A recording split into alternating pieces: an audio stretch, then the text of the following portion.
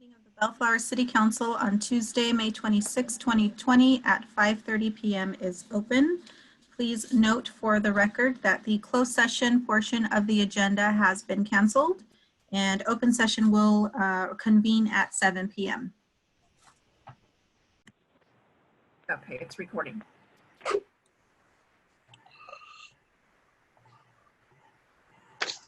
Right. Great. Well, hello, everybody. Welcome to the regular meeting of the Bellflower City Council. It is Tuesday, May 26, 2020. Please let the record reflect that there was no closed session that was held this evening. It is 7:03 by my watch, and I am calling this meeting to order. Before we begin, please note that all public meetings will be recorded. When a participant logs in via the computer or calls in to join the meeting, their name and/or phone number will be visible to all participants. Unless you are providing public comment, your audio will be muted and your video will be disabled. Persons wishing to be audience members to the meeting may do so anonymously. Anonymous participants, however, will not be recognized for public comment.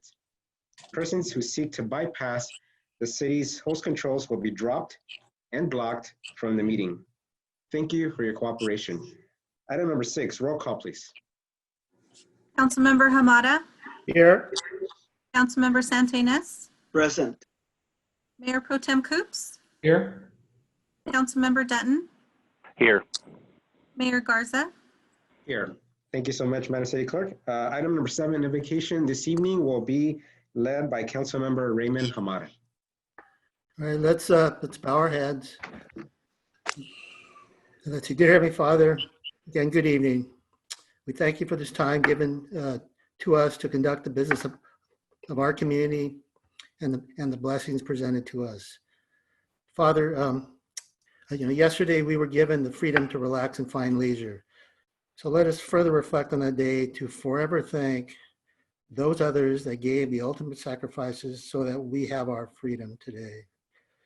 Father, we ask for your hedge of protection to all our armed service personnel, home and abroad, and our local first responders. Father, we continue to be challenged by a health crisis, and we ask for your wraparound of safety to all that call Bellflower home, business, and their personal endeavors. Father, we thank you for the gift of service. As we serve in Bellflower together, we will see a strong Bellflower. Father, we ask for your wisdom and guidance and discernment on our discussions and actions for tonight's agenda items. We ask this all in your Son's name. Amen. Amen. Amen. Thank you so much, Councilmember, for that, for leading us in that. Item number 8, City Council announcements. So let me start off with, so this coming Saturday, May 30th, a group of Bellflower neighbors, myself included, have decided to spend time together by cooking, eating, and playing in our own front yards. This is to show unity throughout our Bellflower community. The event was put together by our own Planning Commission Chair, Mr. Victor Sanchez, his wonderful wife, Susie, Mr. Cody Berkey, and Miss Chrissy Padilla Berkey. I'm sure everyone in the community knows who they are, with the intent of continued social distancing and yet to show support of one another here in Bellflower. Several local restaurants are participating by providing discounts when customers mention Bellflower Day of Unity when ordering. Everyone is welcome to join and participate from your own front yard as well. If you are interested in participating, please enjoy this time in your front yard starting at 2 p.m. on Saturday, May 30th, and post pictures with the hashtag Bellflower Day of Unity or the hashtag Bellflower Stronger Together, all one word. For more information, please visit the events page on Facebook at Bellflower Day of Unity. Thank you. Up next, Mayor Pro Tem Dan Coops. Thank you, Mr. Mayor.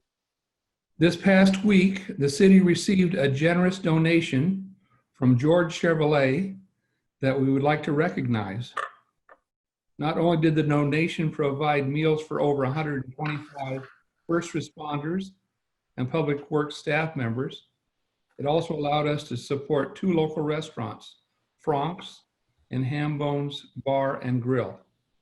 On behalf of my colleagues on the City Council, I want to thank George Chevrolet and the SCCDA Board for the generous donation. Things like this show that Bellflower community's unity and support continue through these difficult times. Thank you, Mr. Mayor.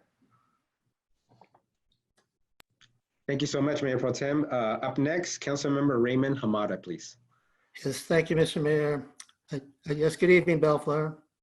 If you are operating or ready to reopen your Bellflower business, the Economic Development Department is here to help. Our staff is available for questions related to reopening measures and are also helping by offering sidewalk decals and window clings to remind customers of social distancing requirements. So to reserve your free decals and clings, call 562-804-1424, and that'd be extension 2249. Okay, thank you, Mr. Mayor. Thank you so much, Councilmember Hamada. Up next, Councilmember Sunny Santa Ynez, please. Thank you, Mayor. As businesses begin to reopen, it's important to check the water quality in buildings. Building and business closures for weeks or months reduce water usage, potentially leading to stagnant water inside the building plumbing. This water can become unsafe to drink or otherwise used for domestic or commercial purposes. The Environmental Protection Agency, or EPA, recommends that building owners and managers take proactive steps to protect public health by minimizing water stagnation during closures and taking action to address water quality prior to reopening.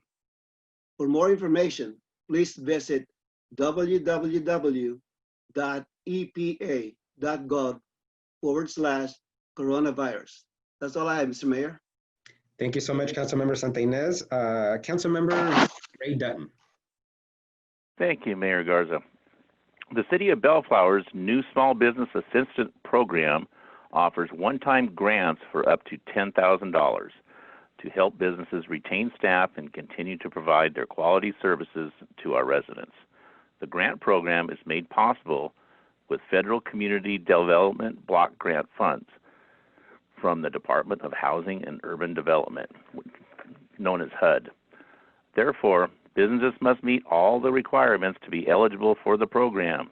An eligibility checklist and an official grant application form will be made available this week on the city's website at www.bellflower.org/business.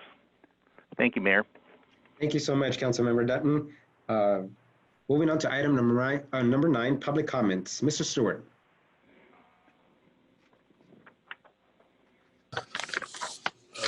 Okay, this is the time set aside for the public to address the City Council on matters not listed on the agenda. Those wishing to speak on an agenda item must utilize one of the methods listed on page 2 of the agenda. You will be given 3 minutes to address the City Council. Attempts to provide comment at times not designated on the agenda may result in the city dropping you from the meeting. Thank you so much, Mr. Stewart. And before we continue, if you would like to speak, please use the raise hand feature under the participants tab, or if by telephone, please press *9 to raise your hand. You will be called upon by the Deputy City Clerk in the order received. Your microphone will be then unmuted so that you can provide your comments. Thank you. Madam Deputy City Clerk. Yes, Mayor. I see a couple of hands here. The first one that I saw was Myron Shu. Mr. Shu, if you'll give me just a moment to get the timer on the screen, and then you can go ahead and begin.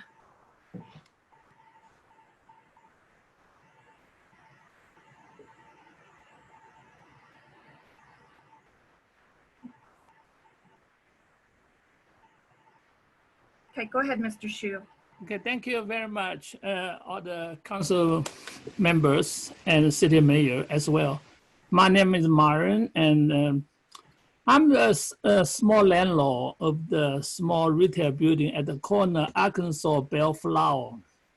One of the 3 units I had rented out is Relax Massage. The business was started in 2012, and since then, doing mostly foot massage. Owner doesn't speak English much, and she tried to get into this meeting, but she couldn't. She wanted me to say, would you not to close her business since she is doing well? And she wondered why the business is forced to close without any consultation with her, something like that. She's a minority, she's a woman, and she feels she did not have the right to defend herself, okay? Especially during the pandemic, she wants, this banning being postponed.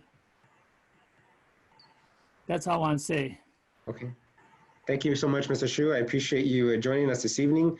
For the benefit of the public, I'm not sure Mr. Stewart or maybe Ms. Corpus could give a brief background in terms of the past efforts that the City Council made with regards to this type of business and the notices that we gave out to those types of businesses in the past. Sure, Mr. Mayor, this is Elizabeth Corpus. Just to give some background, if I may, back in 2015, at a time when the state gave back local control over massage establishments to the city adopted an ordinance regarding massage establishments. And the massage establishments, there were specific requirements for them. Some required a CUP, some were no longer allowed in certain zones. At the time, the ordinance required that all massage establishments come into conformance with the current massage ordinance by September 9th, 2020. So it was a 5-year amortization period. And so since we are getting closer to that deadline date, the city staff from planning did send out a courtesy notice to inform actually all of the massage establishments of this pending deadline. And so that is what is currently, that was currently circulated probably in the last few weeks. And we have been getting a lot of questions regarding the procedures to either obtain a CUP or either to potentially cease operations. Thank you so much, Ms. Corpus. And just to clarify, so these, what we're seeing now, what's coming up for September, I mean, it's been a long time effort, and all the businesses that will fall under this were noticed at that point in time back 5 years ago, correct? That is correct. All of the current massage establishments at that time were noticed, which almost all of them, actually all of them that are on the list today were notified. Perfect, great. Thank you so much, Ms. Corpus. Thank you so much, Mr. Shu, for your comments. Madam Deputy City Clerk, do we have another public speaker today? Yes, we do. The next speaker is Fanny Irving. And Fanny, you can go ahead and begin when you're ready. Welcome, Ms. Irving.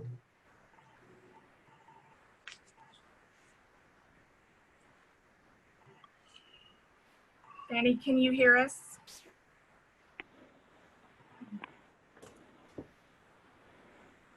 You got us now? Yes, we can hear you. You can go ahead, please. Go ahead. Welcome. I have some question from the using permit. What is it? Conditional use permit. Conditional using permit for like she sent the paper out and said we called it up and add up and said like $4,500 for using any permit and for the city and Bellflower. And right now it's all the closed down for the COVID-19 and no income, nothing at all. And if we have a deadline, I understand that. But this is a lot of money for us right now. And even right now, we can't even survive even for ourselves and how we got to deal with that. And I just add for a help for all the city of Bellflower, Mayor. Ms. Irving, does that complete your comments? Yes, sir. Can I? Okay, great. Thank you so much for submitting your comments. Ms. Corpus, I had a follow-up question regarding this. So the fee schedule that was sent out, can you give us an idea as to when that was done? It's just like how many weeks ago? I'm with Joy right here, if you're asking us. Actually, Yeah. I'm sorry. I apologize. I think your public comment is done. I'm asking Ms. Corpus now regarding my question. Thank you so much, though. Yes, Mr. Mayor, the conditional use permit fees, they're set fees that are established by City Council resolution. It is applicable to all conditional use permits.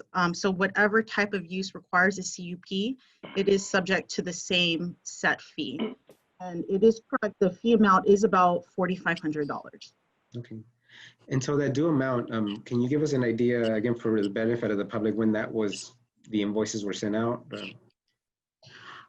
So let me clarify, invoices weren't sent out. There was notices that were sent to the massage establishments that a CUP is required. And as part of that application process, that fee amount is required. Okay, and the notices were sent out within the last? I believe it was April 30th, if I'm not mistaken. I know it was at the end of April. Okay, okay. So, so they just got that not too long ago, and considering the current condition of COVID and the limitation of business, I completely understand. I am hopeful that as the governor seems to be expediting the opening of some businesses here, that hopefully those that are allowed to have to allow that to continue to operate in our city under a CUP will hopefully be able to generate that revenue between now and that point in time when they're due. So we're still a good 4 months away from that. So maybe we can continue this. Yes, please. Ray down here, I'd like to add a comment to that discussion there. I got a question for Elizabeth. There was a 5-year window to attain a conditional use permit, and so all the businesses in this category had the last 4.5 years to start the process. Is that correct? That is correct, Councilmember Dunton, yes. And we all know that a conditional use permit is something that takes 4 to 6 months. Is that correct? We're processing them a little bit faster these days, but yes, ballpark, I would say yes. There has some process, and then we're going to have. Has any of those establishments, any of them start early, or we're all going to get indented with the CUP process for every one of them now? Out of all the ones we've notified, none of them have received, or none of them have submitted CUP applications to date. I will note that there is at least one establishment that already had a CUP in place, and it's just a matter of conforming to the newest requirements. Okay. Well, thank you. I just like to reiterate that, 4.5 years is a long time to prepare for this. And with that, we'll move on. Thank you. No, thank you so much for that, Councilmember. I think that's what I was trying to ask, is when was it that they received this? I know that they received a reminder notice here recently, but I wanted to get an idea. So when this was originally sent out? So to that point, it's been some pretty good notice already. It's been already 4.5 years. So okay. So with that, Madam Deputy City Clerk, do we have any other members of the public wishing to submit public comment this evening? Yes, Mayor, we do. The next speaker is Victor Sanchez. Okay. And Mr. Sanchez, you can go ahead whenever you're ready. Welcome, Mr. Sanchez. Hi, good evening, Honorable Mayor. Can you guys hear me well? Yes. Okay. Good evening, Honorable Mayor, council members and staff and fellow Bellflorians. We are excited about this coming Saturday. We have about 155 plus individuals and households that are excited about the event, have liked the Facebook page and have shared the event. So we're really looking forward to having a wonderful afternoon this coming Saturday. And we thank you for your participation as well. Bellflower Pride is important to us here in our community. So I just wanted to share that little detail. And we do have 8 businesses that are participating. So for those of you who are interested, go to the Facebook page, Bellflower Day of Unity. and you can see how much people are, or how much these businesses are doing discounts. Some of them are as high as 20%, so you can enjoy a good Sunday meal. All right, that was it, Mr. Mayor, unless there's any questions. Thank you. Thank you so much, Mr. Sanchez. And again, just to reiterate, that was a piggyback to the announcement I made before, but it's great to know that there's over 155 residents that are interested in this, and hopefully we'll get a lot more than that. So again, thank you for organizing that, to you and your wonderful wife and Mr. and Mrs. Berkey. Madam Deputy City Clerk, do we have any more members of the public wishing to submit public comment this evening? No, Mayor, that is it for the public comment. Thank you so much, Madam Deputy City Clerk.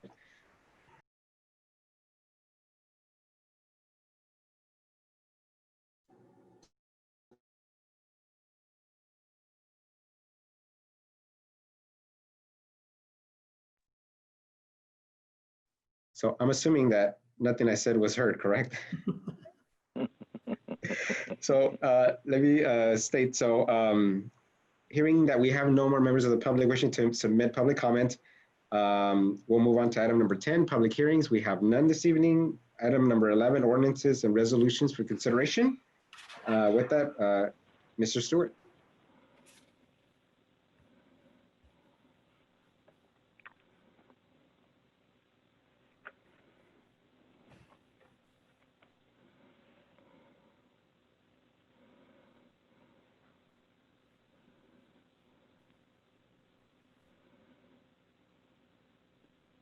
Do we have Mr. Stewart on the line? Now, can you hear me now? Yes, sir. Okay. This is consideration of possible action to read by title only, waive further reading, and introduce ordinance number 1390, an ordinance amending chapter 5.88 of the Bellflower Municipal Code to clarify when hotel operators must disclose guest registries to law enforcement officials. And Ms. Corpus is the person on the spot again. Beth? Yes. Thank you so much, Mr. Stewart. Ms. Corpus, the floor is yours.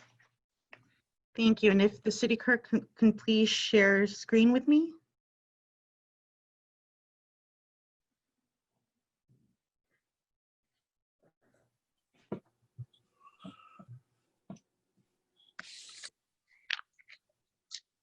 Okay.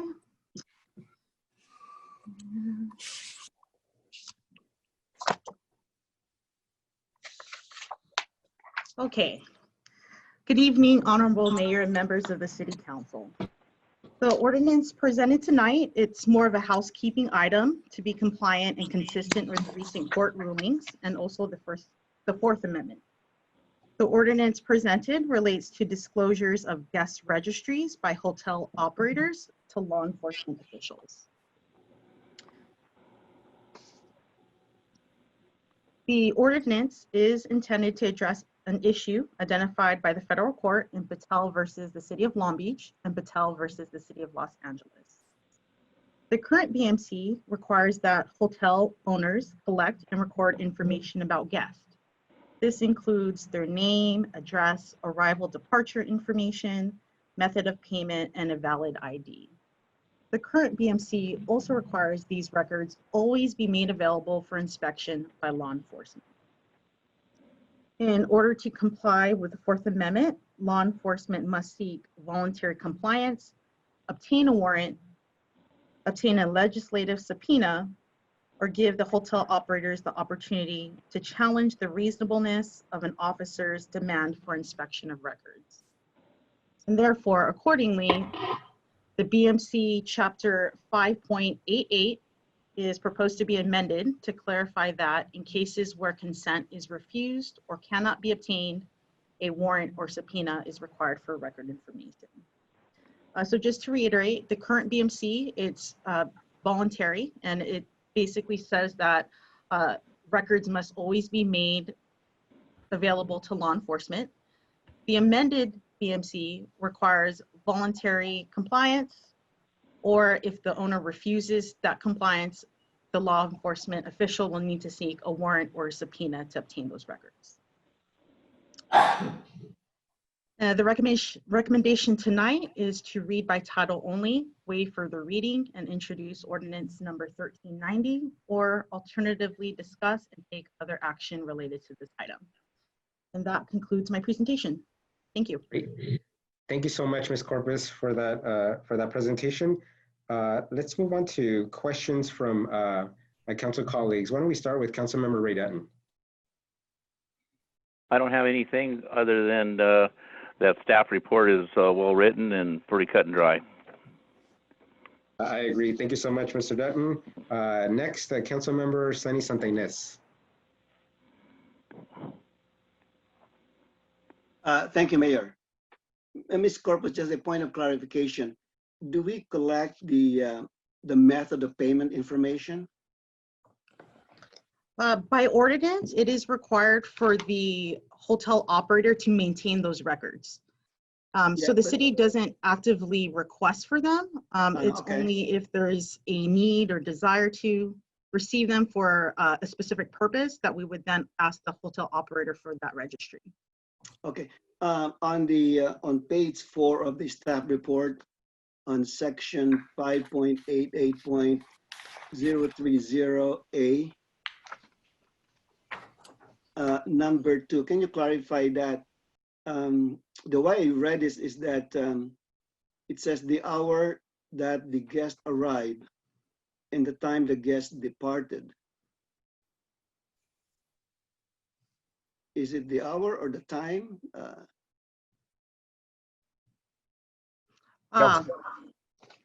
Councilmember Cindy Santa Ynez, this is Carl Berger. It's really a matter of semantics. We can either use time or hour, and this one happens to just use both. So whatever the council is happy with, we're happy to put in. It doesn't, from a legal standpoint, it doesn't matter. No, I'm just thinking about the inconsistency when we use the same word. Sure. Let's just use, instead of hour, we'll use time. Or time. Yep. Okay, that's all I have. Because I want to make sure that it's clear to the hotel operators which the hour, because they might be recording the hour without the minutes. And then when it's arrived and when it's departure, they're required to take down the hour and the minute. Okay. Other than that, thank you so much. Great. Thank you so much, Councilmember Santa Ynez. Let's go with Councilmember Raymond Hamada, please. Yes, thank you, Mr. Mayor. I have no particular questions. I just want to comment that, again, I want to extend appreciation to staff for bringing our code to up to a lawful state. So I want to thank them again. Things always pop up, and I know codes are dynamic. So we just got to keep watching out and keep working on it. All right. Thank you, Mr. Mayor. Thank you so much, Councilmember Hamada. Mayor Pro Tem Dan Coops. Thank you, Mr. Mayor. Elizabeth, can you tell us how many hotels we currently and motels we have in the city of Bellflower?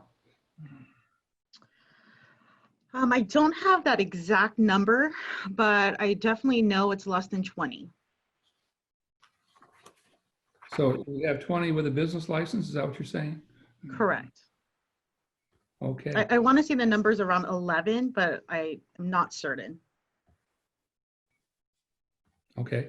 I have no questions on the staff report. It's pretty cut and dried as to what we're trying to do. It's housekeeping, and it's a well-written report, and I have no questions at this time. Thank you so much, Mayor Pro Tem. I echo all the sentiments that were expressed this evening. So with that, why don't we open it up to comments from any members of the public? Madam Deputy City Clerk. Yes, Mayor, I'll give the public a moment to utilize the raise hand feature.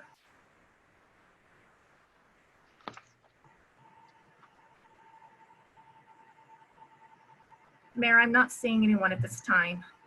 Thank you so much, Madam Deputy City Clerk. So with that, to my council colleagues, any final questions, comments? Anybody interested in making a motion on item 11A? I'll make a motion, Mayor. Right. Read by title only, waive further reading, and introduce ordinance number 1390. Okay, so I have a motion by Councilmember Dutton. Is there a second? I have a second by Councilmember Hamada. Roll call, please. Councilmember Hamada. Aye. Councilmember Santa Ynez. Aye. Mayor Pro Tem Coops. Aye. Councilmember Dutton. Aye. Mayor Garza. Aye. Thank you so much, Madam City Clerk. Item 12A, Mr. Stewart. Okay, this is consideration possible action responding to a request from Aaron Packard of Gold Coast to waive additional building plan check fees and a request for a one-year time extension for the conditional use permit numbers CU 18-12 and CU 18-13 for two new hotels located at 8800 Palm Street and 8827, 8829 Artesia Boulevard. And again, Ms. Corpus is make the presentation for you. Thank you so much, Mr. Stewart. Ms. Corpus? Thank you. And Madam City Clerk, if you can please share the screen. One moment.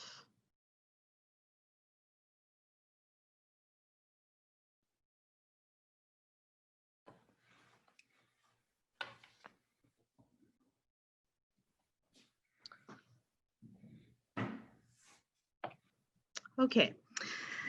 So the projects that are being discussed tonight include two new hotels, Woodspring Suites, which is an extended stay hotel, and Comfort Inn, which is your more traditional hotel. They are located adjacent to each other at 8800 Palm Street and 8827 to 8829 Artesia Boulevard. The request is by Aaron Packard, who is the applicant, is twofold. It consists of a CUP time extension and a fee waiver for additional plan check fees. The first request is for the CUP extension. On April 8th, 2019, the City Council approved the conditional use permit for both projects. Per the BMC, approval of the CUP expires 1 year after the date the permit was approved unless construction has commenced. On March 13th, 2020, the city declared a local emergency because of the COVID-19 pandemic. Following the declaration of the emergency, several meetings were canceled or postponed, including services for processing plans. In light of that, the time was told for expirations and appeals.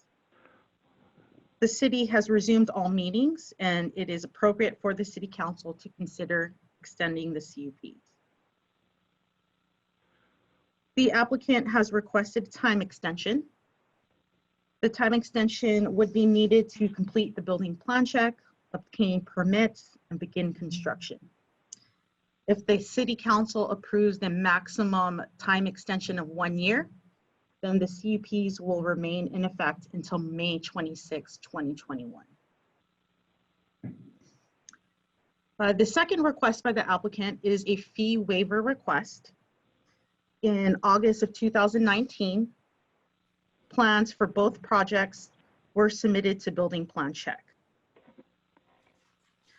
Building plan checks are typically valid for 180 days unless a permit has been pulled and construction has commenced. For both projects, they have gone through a total of 3 rounds through the building plan check, but have not yet been approved. In addition, during the time of plan check, the 2019 California Building Code became effective in January of 2020. Because of the code change, the plans will need to be revised to comply with the 2019 codes. The building official has recommended that additional plan check fees be submitted in order to cover the additional plan checks necessary to review the plans. And the chart that's shown on your screen, at initial plan check submittal, the total amount that was paid for plan check fees was $134,715.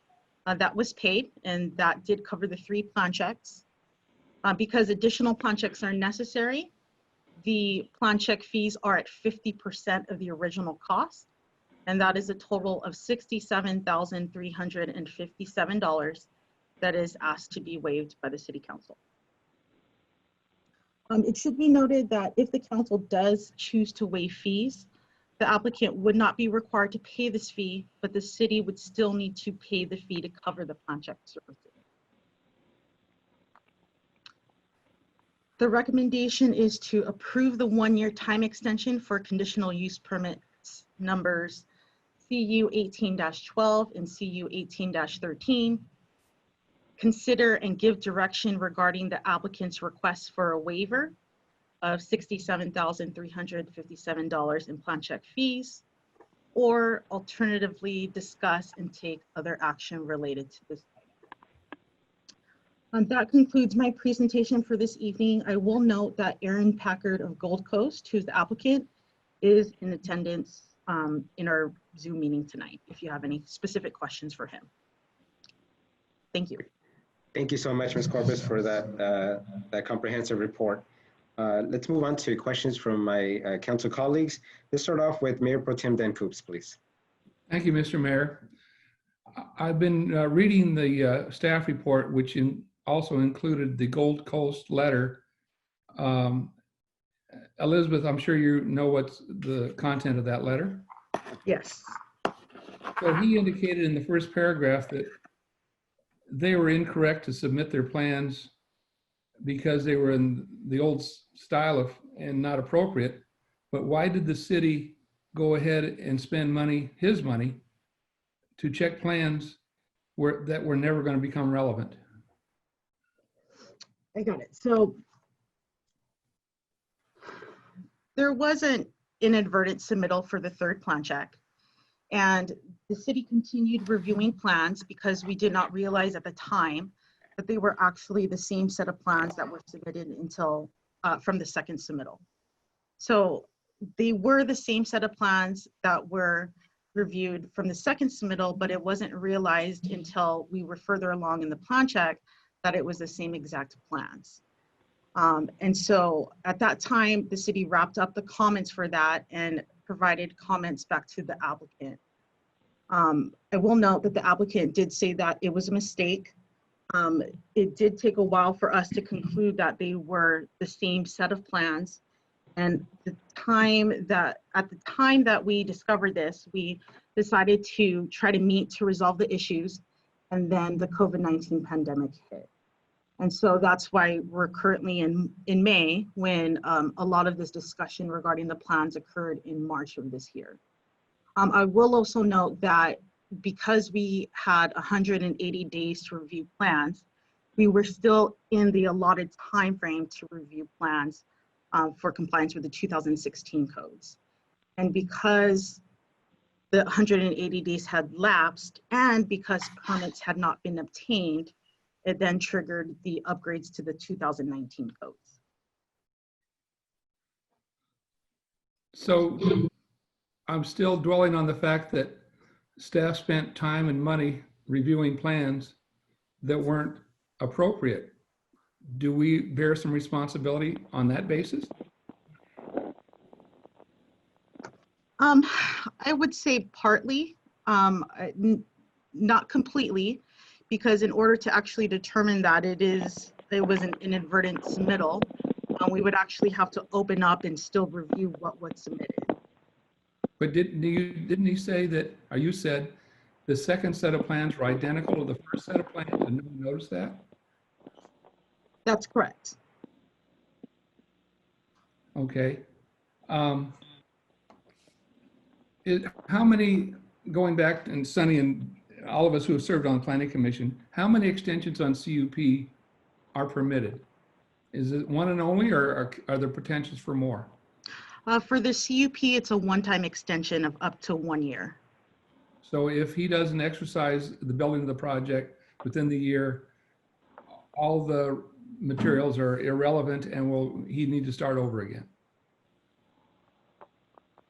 For the CUP process, yes, Okay. he would have to start over. Okay. I know they own the property, they have purchased it from the city of Bellflower, so that gives me a great comfort that they're going to go forward with the project. I am of the mind that we have to bear some responsibility on what has happened with the rechecking of plans. And I know the potential for this project to be a great income producer for the city. And so my only concern would be is that we forgive the $67,000, and do we have assurance that the project is indeed going to be built? And if I'm to the point where I would possibly consider, if it's not built, we would have to be reimbursed the $67,000 we are going to possibly forgive tonight. Mr. Berger, is that a potential condition? We can certainly implement that per the city council's direction. We'd simply enter into a separate contract with the applicant, which would basically make this a forgivable loan. Okay, that's all I have. And I think I've posed enough questions here. The rest of the colleagues can jump on the rest. Thank you. No, those are great questions, Mayor Pro Tem. Thank you so much for that. Let's move on to Councilmember Raymond Hamada, please. Yes, thank you, Mr. Mayor. Yeah, I too was trying to get a handle on what's the scope of design left to take care of, and to my understanding, it may have to do with solar is the major issue that results in obviously more expense. So if Beth can confirm that. Couple processing questions, and again, reading the report, again, it makes mention of quite a number of days that it was held in the city's hands. And whenever a recheck is presented, staff, isn't it highlighted that this is a resubmittal? There's some notes attached. I think plan sheets are corrected and noted with date changes and bubbles, to highlight what's been changed, and just to make it easier to process. Is that standard for staff to conduct plan checks that way? That is correct. All right, Just thank you. usually it's clouded. Yeah. Just trying to get a handle on the entire situation for this applicant. And does he have other projects throughout the nation, or state or nation, that he's finding this situation also? And maybe Mr. Packard can comment on that later once we have him up there. Another question that came to mind was, I know the standard for the fee from a 50% standpoint. Does the code provide any option for like time and materials? If we know that the resubmittal is not to maybe not take long, or is it not as complicated as what everyone thought? Mm-hmm. Is there a way to put it in terms of time and materials that could be a lesser amount? I would say yes. So I would say that it is possible to take, or sorry, it is possible that the amount of time and materials would be less than the $67,357. That cost of $67,000 plus, it is based on a formula. Yeah, but, sure. It's supposed to take on the average amount of time that it's taken to use to review the plans. But to answer your question, yes, it is possible that that fee is lower, and in some instances, it could be possible that that fee is higher. Oh, of course.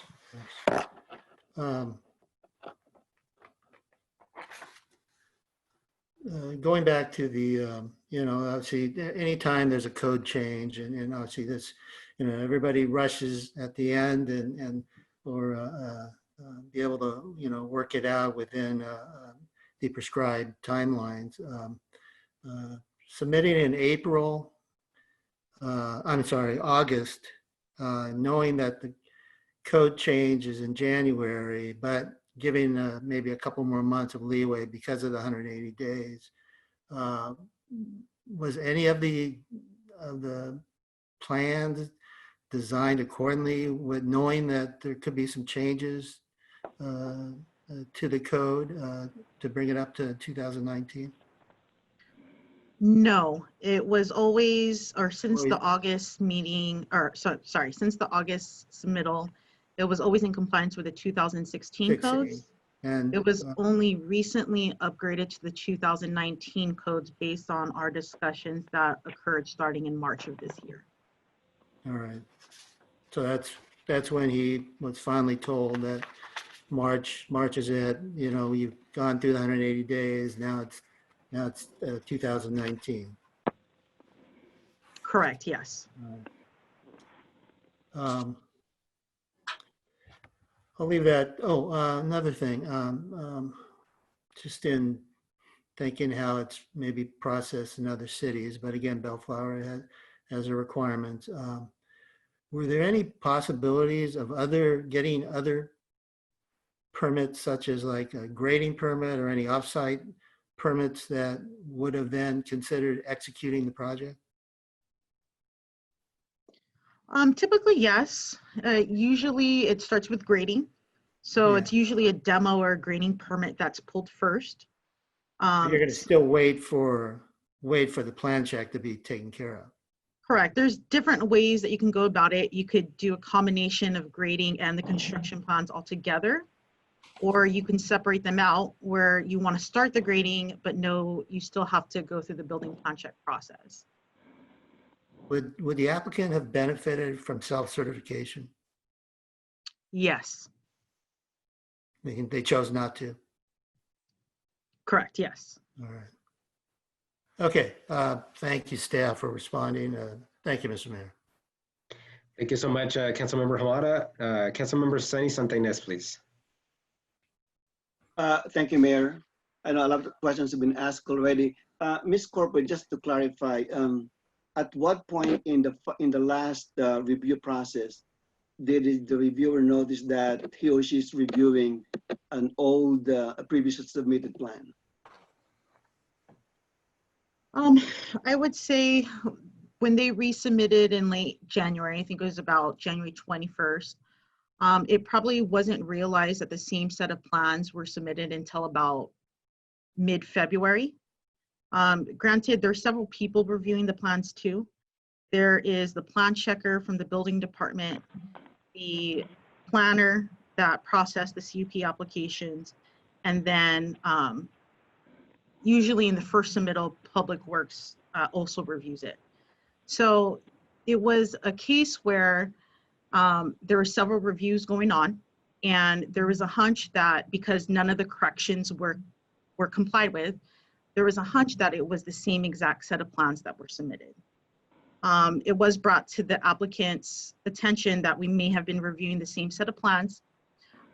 From the building standpoint, they did continue reviewing it because they needed to complete the review to give the comments back to the applicant. And then at that point, it was further discussed that yes, it was the same exact plan submittal that was submitted for the second check. Beth, this is Jeff. Just a couple of questions, clarification. How long was the time period between the first corrections going out and the resubmittal of the same plans? Do you remember off the top of your head? I have it down somewhere. I can get it. It might take me just a minute or so. Okay, is there a time frame generally? Is there an expiration period between? There really isn't. If you send the comments out, there's no real expiration before you can address those comments, correct? That is correct, yes. So my question is, do you think there's a chance that they sent the same set of plans in to keep the clock running on the current building codes as opposed to triggering the new building codes? Or am I reading something into there that's not happening? I honestly think it was just a mistake from the applicant standpoint. They did have a corrected set of third submittal plans, but that set was never submitted to the city. Yeah, what was the gap though? I think it's important to note that because I think the gap was quite a period of time between the initial comments out and the resubmittal. I think that would be good for the knowledge here. The plans were first reviewed on August 12th, 2019. There were several corrections, and they were resubmitted January 21st, 2020. Yeah. The 2019 CBC came into effect January 1st, 2020. Correct. So I'm not certain that, I'm not 100% certain that we're looking as foolish as may sound on the surface based on those timeframes. So that's my only comment on that.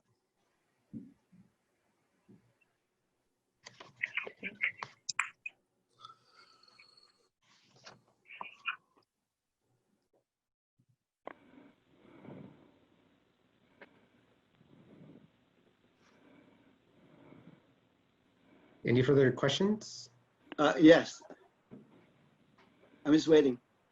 Anyway, follow-up question, Ms. Corpus. Percentage-wise, what percentage of the review process did they notice that they were reviewing an old submittal?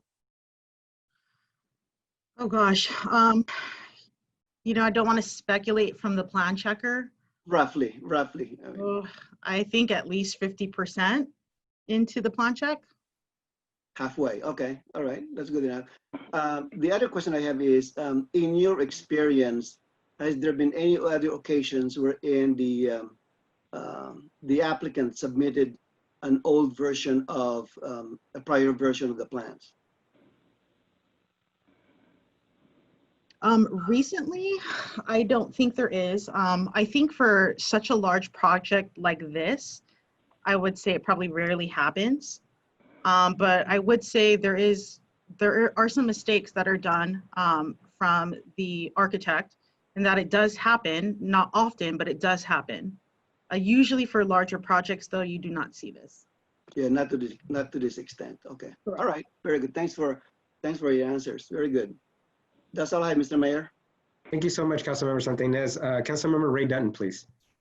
Thank you, Mayor Garza. Okay, question also to either, I don't know, is Steve Patterson out there? Is he in one of is he here?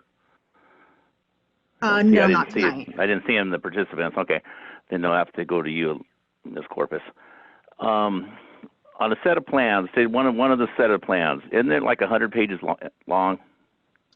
Yes. Yeah, at least 100 pages. We're talking a massive amount of pages on a set of plans. And when you submit for plan check, you're submitted and you come back for corrections, they give you the set of plans that are marked up and a list of corrections, and you take them with you, right? Correct.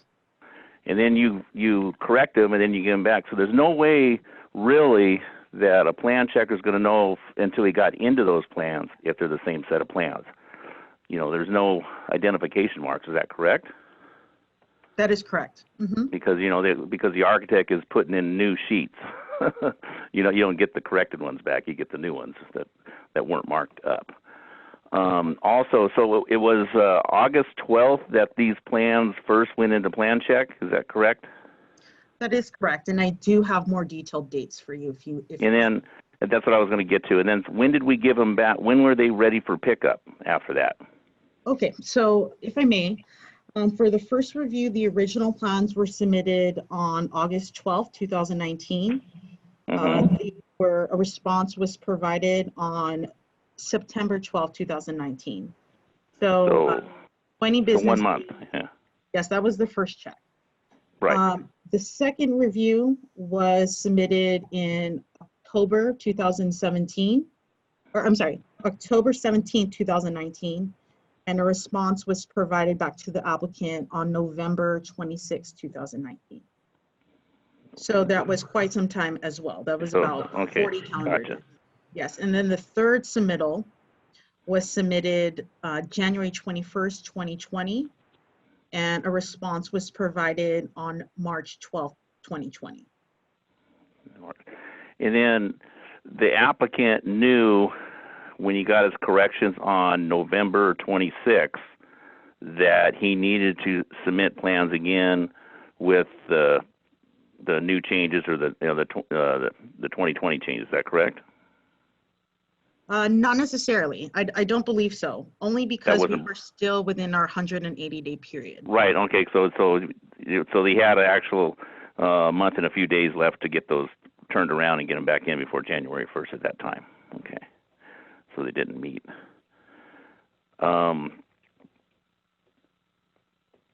I see here that we had on these first two occasions, we had the plans just over 60 days. Correct. If you were to count the total time frame the city had, we had them for 122 days. Yeah, out of 100. Well, then you're talking. I wasn't going to count after January 1st. Oh, got that's it. To open it. You know, this project and this kind of a caliber with these architects or whatever, this should have been turned around by January 1st. I don't see any reason why that couldn't have happened. the time frame that we had the plans is just a little over 60 days in the 4.5 months before the turn of the year. That's where I'm going with that.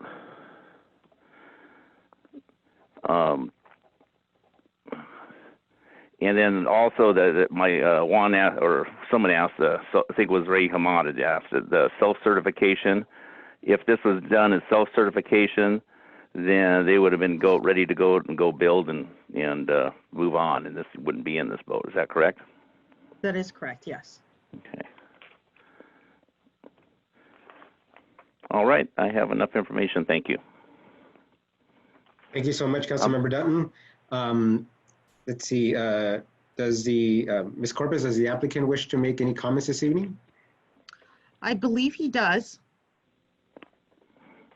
Okay, so if the applicant is available, this is your opportunity to make any comments. And after that, if you're okay, we can have my council colleagues ask any questions at that point. Fantastic. Thank you, Mr. Mayor and council members for allowing me this time this evening to speak with you. I want to first address a couple of questions that were asked as far as additional cities within California that we've submitted. We've submitted plans for Corona, Santee, and Moreno Valley. Those were all submitted prior to the end of the year, and there is no, they will not be requiring us to be compliant with the new building code, the 2019 code. I also wanted to address the self-certification. We had our design team review that, and they felt that it was not advantageous to us to do a self-certification, and in actuality would not have saved us that much time, maybe 30 days at the most. So, and then as far as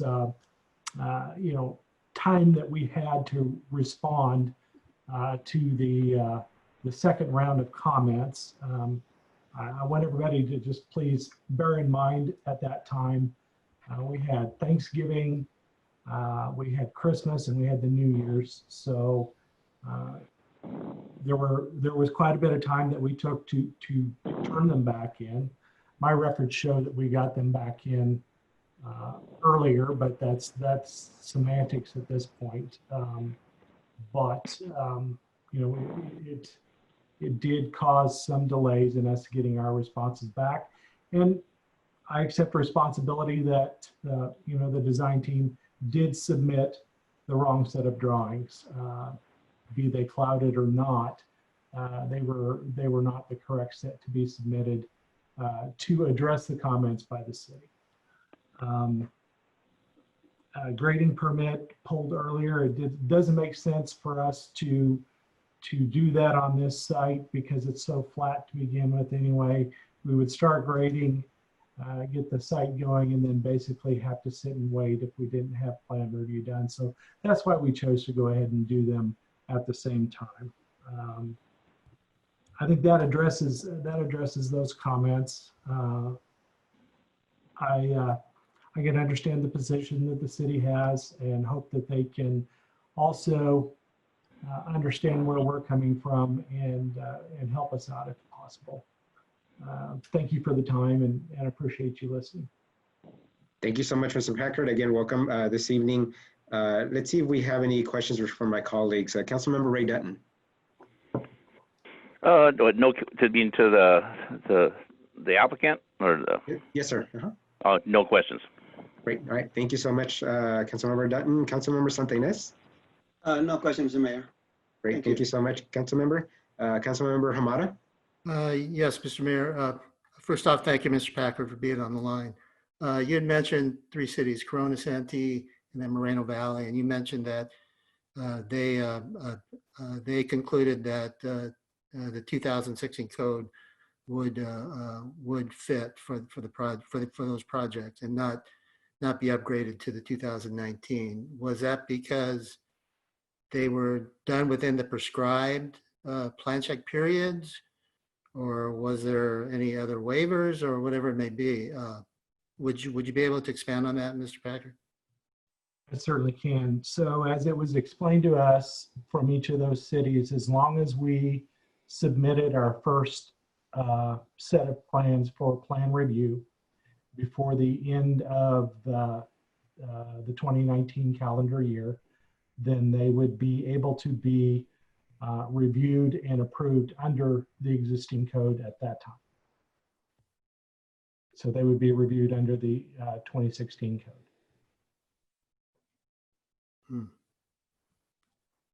That would, they said they would give you an open period of review. They didn't establish any sunset for you to make sure that it's done and complete and permit issued and work started by certain days. I'm sure there is, but I couldn't tell you exactly what that time frame is. We were able to submit correct drawings on each response, so we didn't create that confusion on those projects. All right. Okay. Thank you, Mr. Packer. Thank you, Mr. Mayor. Thank you so much, Councilmember Hamada. Mayor Pro Tem Coops. Thank you, Mr. Mayor. Mr. Packard, I'm the one that posed the question. Do you see a scenario or any possibility this project won't go forward?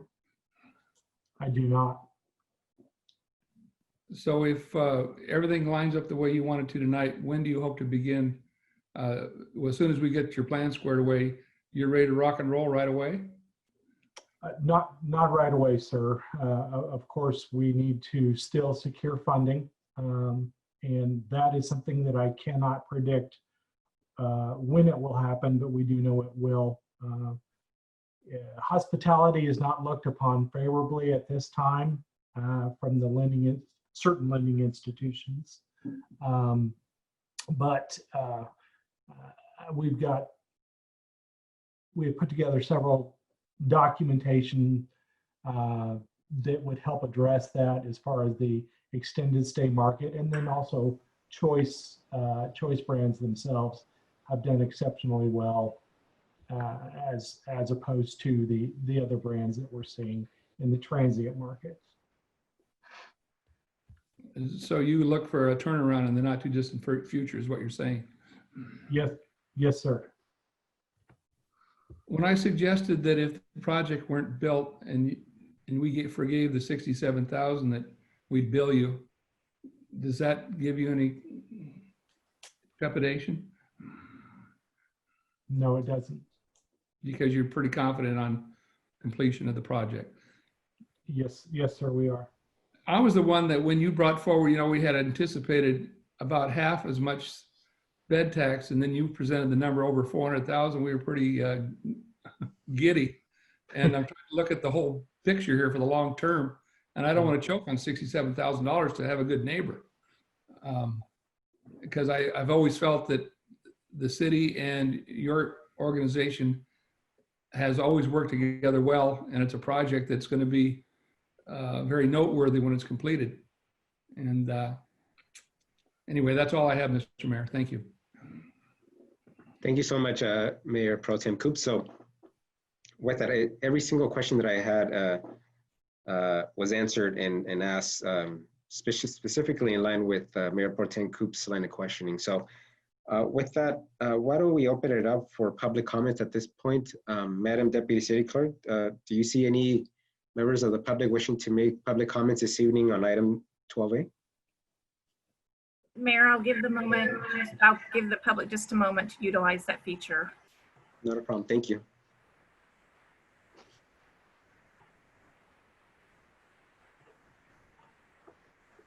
I'm not seeing anyone at this time, Mayor.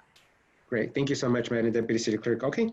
So with that, colleagues, thoughts, questions? Anybody wish to make a motion regarding item 12A at this point? I'll go ahead and make a motion. Mayor, Yes, please. can I ask a question?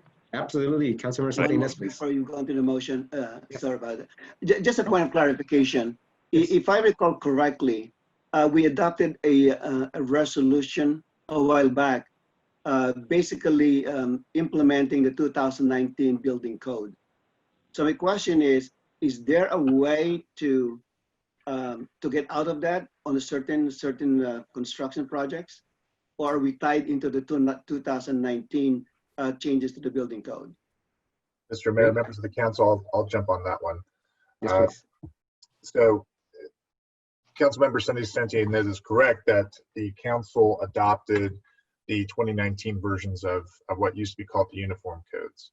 Now, I urge caution on this because what you adopted were changes to those uniform codes.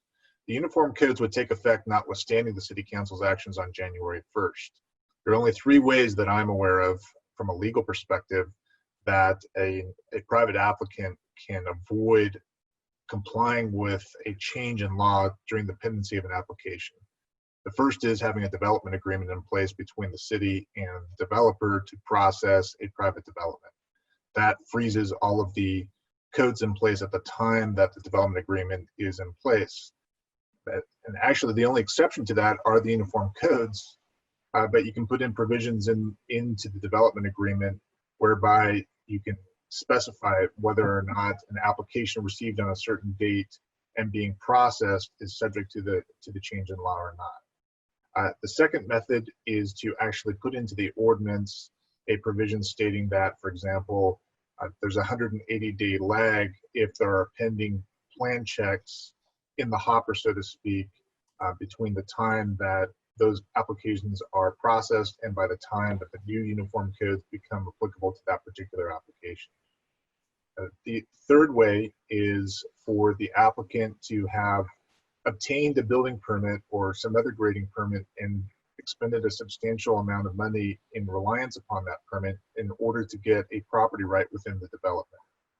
To my knowledge, none of those 3 things occurred with this particular project, and the city would not be able to go back and amend its ordinance from 2019 so that it would not be applicable to this particular development simply because those laws have now already taken effect. And since they are state implemented laws, not local implemented laws, the council or the city would not have legal authority to make those changes. I'm happy to answer any other questions. Okay, thank you, Mr. State Attorney. That was a very extensive explanation. And because I'm just trying to find a way to help the applicant, but it seems like all doors are closed. So thank you. Thank you, Mr. Mayor. That's a great question. Thank you so much, Councilmember Santa. Any other members of the council have any questions? Any final questions? All right, so hearing none, Mr. Dutton, I believe you. Yeah, I'd like to make a motion to approve the 1-year time extension, conditional use permit number CU 18-12 and CU 18-13, and also deny the applicant's request for the waiver of the $67,357 for the plan check fees. I'll second that motion. Okay, so I have a motion and a second. Roll call, please. Councilmember Hamada, Aye. Councilmember Santinas, Aye. Mayor Pro Tem Coops, Aye. Councilmember Dutton, Aye. Mayor Garza. Aye. Thank you so much, Madam City Clerk. So with that, let's move on to item 12B. Mr. Stewart. Consideration and possible action to adopt resolution number 2020, a resolution approving a substantial amendment to the fiscal year 2019-2020 annual action plan to reallocate community development block grant CDBG funds to a small business assistance program. We have 2 persons making the presentation. Travis Seiss will begin, and Mr. Del Longa, the Economic Development Director, will finish the presentation of the City Council. Thank you so much, Mr. Stewart. Mr. Seiss. Thank you, Mr. Mayor. I'm just going to share my screen really quick. No problem. Thank you.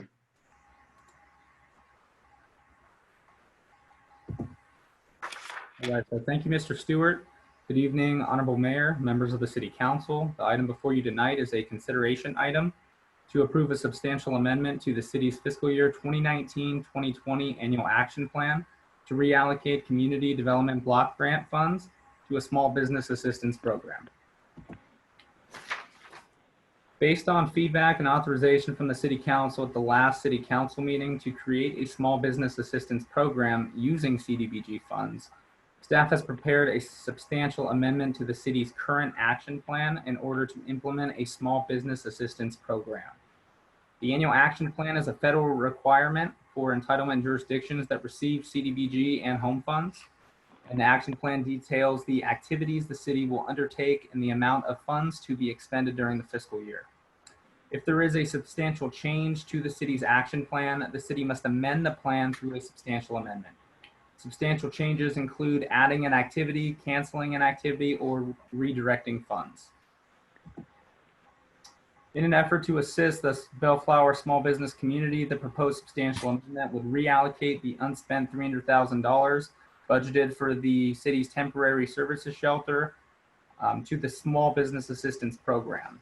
And the CDBG funding was not used for the city shelter due to various federal requirements. So next, we will be going over staff's recommendations for the proposed small business assistance program. Staff is proposing to grant eligible businesses up to $10,000 in one-time assistance.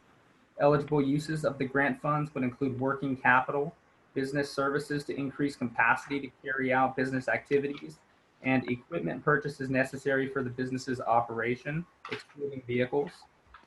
Working capital is a large category that includes payroll, labor costs, insurance premiums, rent and utilities, inventory and supplies, restartup costs, and marketing and advertising. In order to qualify under CDBG guidelines, a business would need to meet one of the two criteria. They would either need to meet the low and moderate income area requirement or the low and moderate income jobs requirement. In order to meet the low and moderate income area requirement, the business must be located in a CDBG eligible low and moderate income area, and it must serve that area. And to meet the low and moderate income jobs requirement, at least 51% of the business's employees must meet a low and moderate income requirement. The employee's household income would need to be at or below the HUD 80% area median income limit, or the employee would need to live in a census tract comprised of at least 70% low and moderate income residents. And the employees to be counted as a low and moderate income employee, they do not have to be Bellflower residents. This next slide shows the CDBG low and moderate income areas of the city. The blue areas are the eligible areas, and just over 50% of the city is in a CDBG eligible area. And this next slide has a matrix which shows the 2020 HUD area median income limits for the low moderate jobs requirement. And these limits depict 80% of the area median income by household size. You will notice the larger the household size, the larger the income limit. And now I'm going to hand over the presentation to Mr. Della Longa to go over the additional proposed city eligibility factors and program parameters. Thank you, Mr. Seiss. Good evening, everyone. Once we get through the CDBG eligibility criteria, we then move on to the city eligibility criteria. And these are that the store must be a brick and mortar commercial storefront business located within the city of Bellflower. They must have a current city business license, 25 or fewer employees. They must have been in operation for at least 6 months. They must not have any outstanding code enforcement issues or operated illegally during the Safer at Home orders, and residential and commercial landlords would not be eligible for this program. So since the last meeting, we did a promotional effort to get the word out about this program, starting with some social media posts during the week of May 11th and May 18th. We also did announcements in the e-Citizen newsletter on May 14th and May 22nd, which has been changed from a monthly newsletter to a weekly newsletter due to the pandemic situation. And we also had postcards mailed out the week of May 18th. And I could say that I think the postcards were probably the most beneficial of those three. We've gotten more calls just today than we did the previous 2 weeks as a result of the postcards. And those were mailed out, or that list was derived from our business license database. We put in the parameters such as 25 or fewer employees. And we queried the database and were able to get a list of about 1,200 to 1,400 businesses that got those postcards. So the proposed application process for the Small Business Assistance Program would be that we would open an application window for 2 weeks, whether it could be tomorrow or the next day, depending on if any changes are made to the program tonight and approved going forward. The applications would be available on the city's website at the address shown there, bellflower.org/business. We would process the applications as they are received, and then any remaining applications that were collected over the 2-week period would be saved in the order that they were received should additional funding become available in the future. And some of that additional funding could possibly be the CDBG COVID funding that we're still waiting on HUD direction as to how we can use that and what record keeping would be required to use that for business assistance purposes. We chose this application process and recommend it because it really expedites the process as a whole. Will help us get the money out into the community faster. It simplifies the process in which the eligibility requirements, in which there are significant eligibility requirements, and we can review the applications as they are submitted rather than waiting till we get a certain number of them or waiting until the application window is closed. It provides through internet processing safety during the pandemic situation. Even though things are starting to open up, it still will protect both the applicants and the staff that are processing the applications, because it'll all be done digitally through SurveyMonkey. And it provides a great deal of objectivity. The grants will be ordered and reviewed in the order they're received.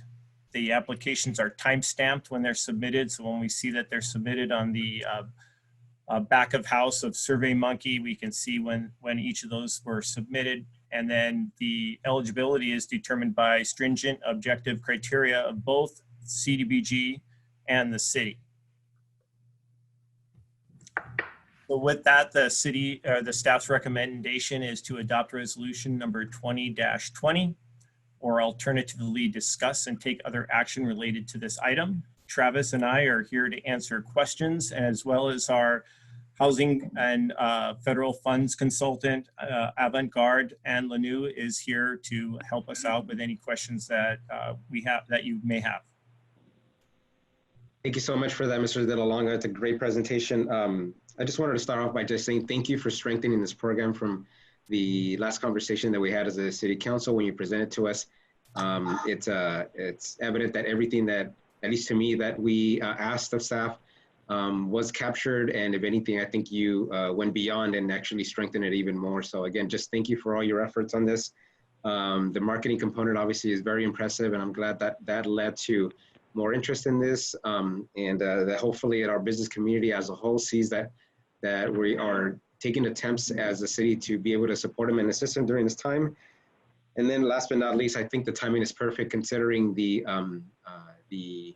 guidelines, the restrictions from both the governor and here in LA County being lifted gradually and increasing in momentum here recently within the last week. I think the timing couldn't be better. So again, just thank you for putting this all together. And with that, why don't we start off with Councilmember Raymond Hamada, please.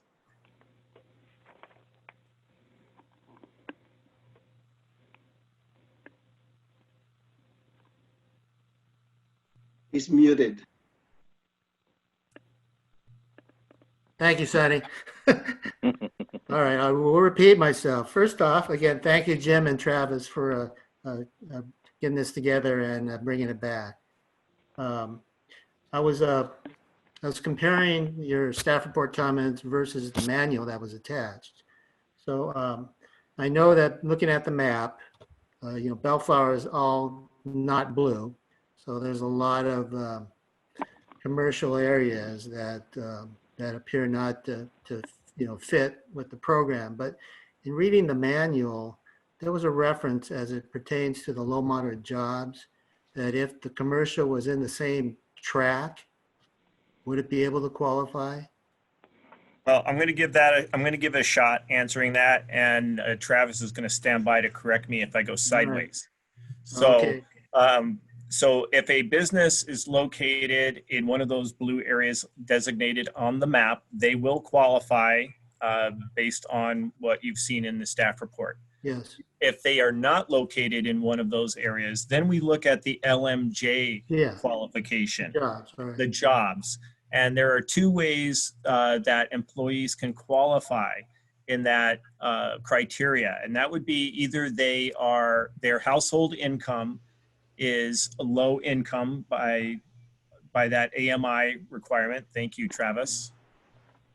We'll get that up there. There we go. So they have an 80% area income. They're within the 80% area income for the LA County, or the employee would need to live in a census tract that is comprised of at least 70% low and moderate income residents, not necessarily in Bellflower. And then you would combine those employees that meet that criteria, and at least 51% of them would be needed in order for the business outside of a low moderate income area to qualify for this program. Did I cover it? Or Yeah, no, yeah, I think that's what I was thinking. The other question, looking at the manual, what's a DUNS number, D-U-N-S? Duns and A Bradstreet. DUNS number? Oh, sorry. A DUNS number is basically a number that a contractor or a subrecipient will have to register, and it just allows HUD to track funding to certain contractors and to certain subrecipients. So it's just a requirement of HUD. So HUD does require that each subrecipient has a DUNS number. So What does that stand for? Just so everybody knows. I hate the alphabet soup play sometimes. Oh yeah, give me 1 second. Okay, thank you. And while he's looking that up, council member, the DUNS number will not be required to apply. They'll have to get it at some point before they are released funds if they fully qualify and are eligible for the program. But we're not required. You guys could help, help them get that if they have some trouble with it. All right, Ed, as you're looking to see what that means, my last question, when it goes to the City of Bellflower eligibility criteria, just reading down all the bullet points, and does a nonprofit qualify? Are they not required to get a business license, but they may not have to pay a fee? At this point, we did not have nonprofits qualify for the program. All right. So is that specified? Or is it something if we continue, if we go that direct, if we can make it specified, if that's the council's direction, we can specify that. Or I believe because they don't generate tax. Sales tax, yeah. And that was our discussion last. Yeah, or business license tax. That's one of the main reasons why we did not include them as a small business. Maybe a future plan, possibly. I mean, it's up to you. It's up to you. It's a policy decision whether or not to include them.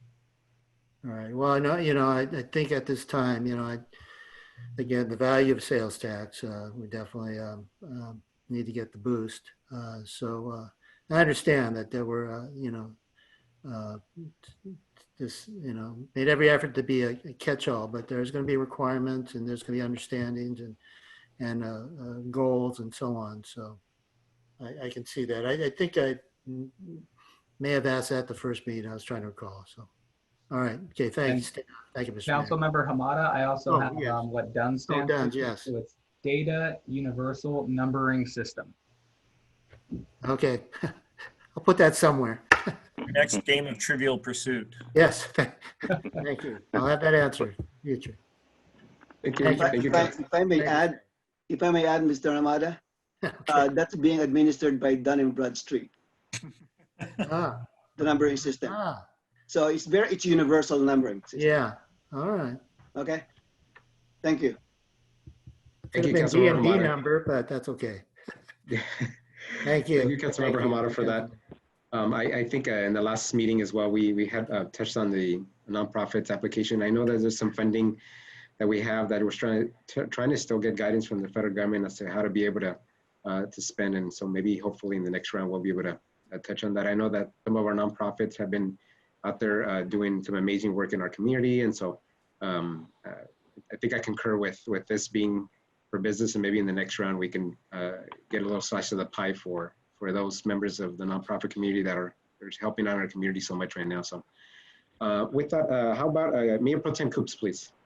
Thank you, Mr. Mayor. So Jim, will the council have any input as to how these applications are assessed? As this is being recommended right now, no, this is all based on the criteria you see before you to make this as objective as possible. These, if they don't meet these criteria, they don't qualify. So there's no subjectivity here. Would there be a final list that the city council would approve or disapprove? As of right now, we're not recommending that. We're just if you approve these eligibility criteria, we will assess the applications with these criteria in mind. And if they meet these criteria, we'll go forward with granting the funds, and the city manager will sign the agreement and we'll go forward.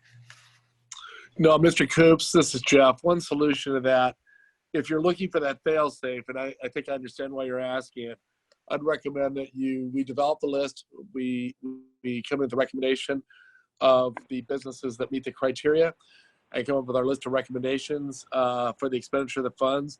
And we could run that through the Standing Economic Development Committee of the council, and they would make a full recommendation to go forward on that. And then we could report it out at a future council meeting. That doesn't slow down the process, but yet it provides another line of oversight onto the way the funds are distributed, if that works for the council. Yeah, I thought I'd bring that up. I think that it's something that is new to us, and I think as a council person, I'd like to have my fingerprints on it more than just give it all up to staff. Yeah, no, I understand, and I understand completely on that. And I think my view is that we would do all the necessary work and the pre-work necessary to come up with a final list, and then we can run it by the subcommittee as one final test that the work was done correctly. And then again, then distribute the funds without holding them up and bring them to the council for approval. And I think that'd be totally fair. Mr. City Manager said, could we do these in batches? I know one of the concerns of the council was to get this money out quickly.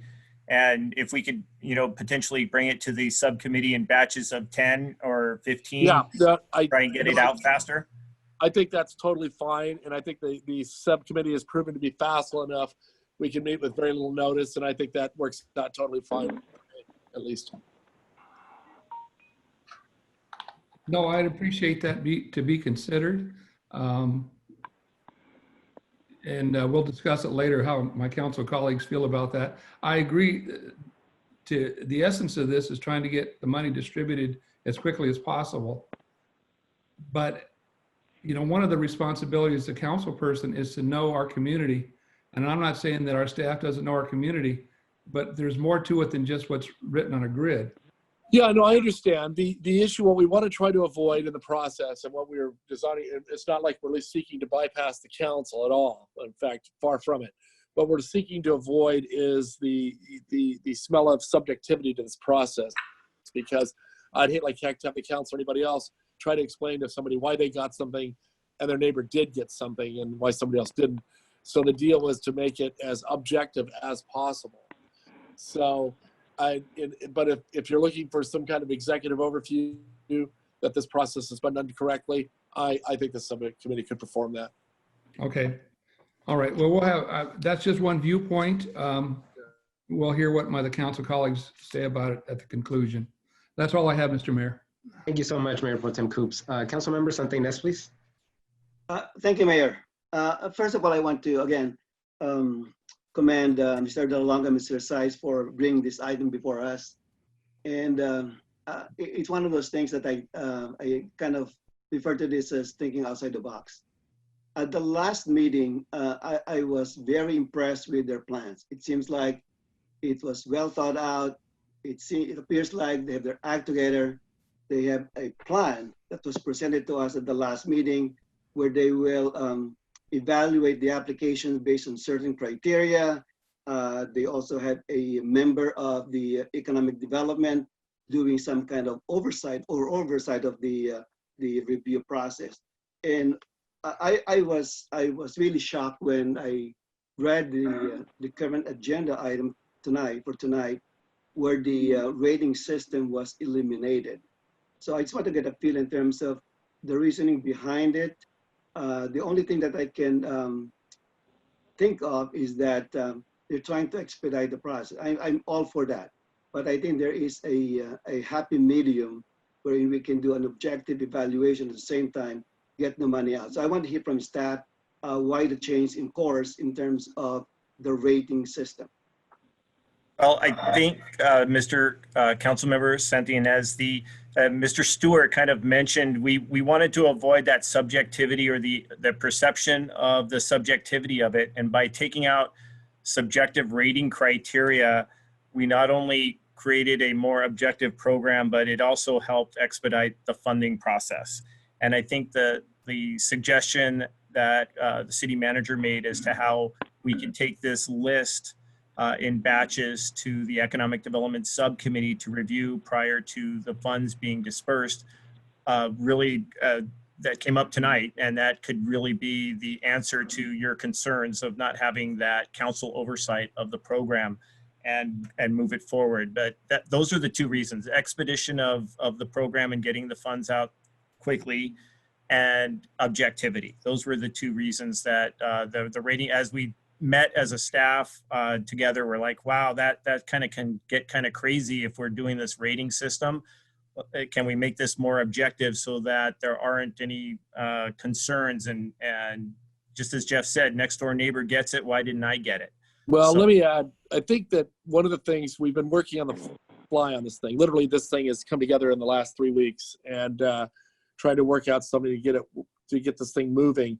One of the things I think I certainly underestimated, and I think the economic development staff did as well, was that we have the potential for hundreds of applications coming in immediately. And I think that if we're having to sort through even 100 applications coming in the same day with their subjective rating requirement, this thing could bog down for weeks, which would defeat the entire purpose of this amount of money. It's not a huge amount of money. It's a very small amount of money. And frankly, the limits of $10,000 is a very small amount to any one person. So I think that's the reason we moved away from anything that smelled of subjectivity in this process, and why we moved to a more speedy, objective process on this. So, I mean, if anything, it's just we're kind of learning as we go, as we move forward in this. Well, my concern with the proposed process is that you may have an applicant who might need the money more, but they're kind of busy with they're trying to run their business, and they may not be able to submit their application right away.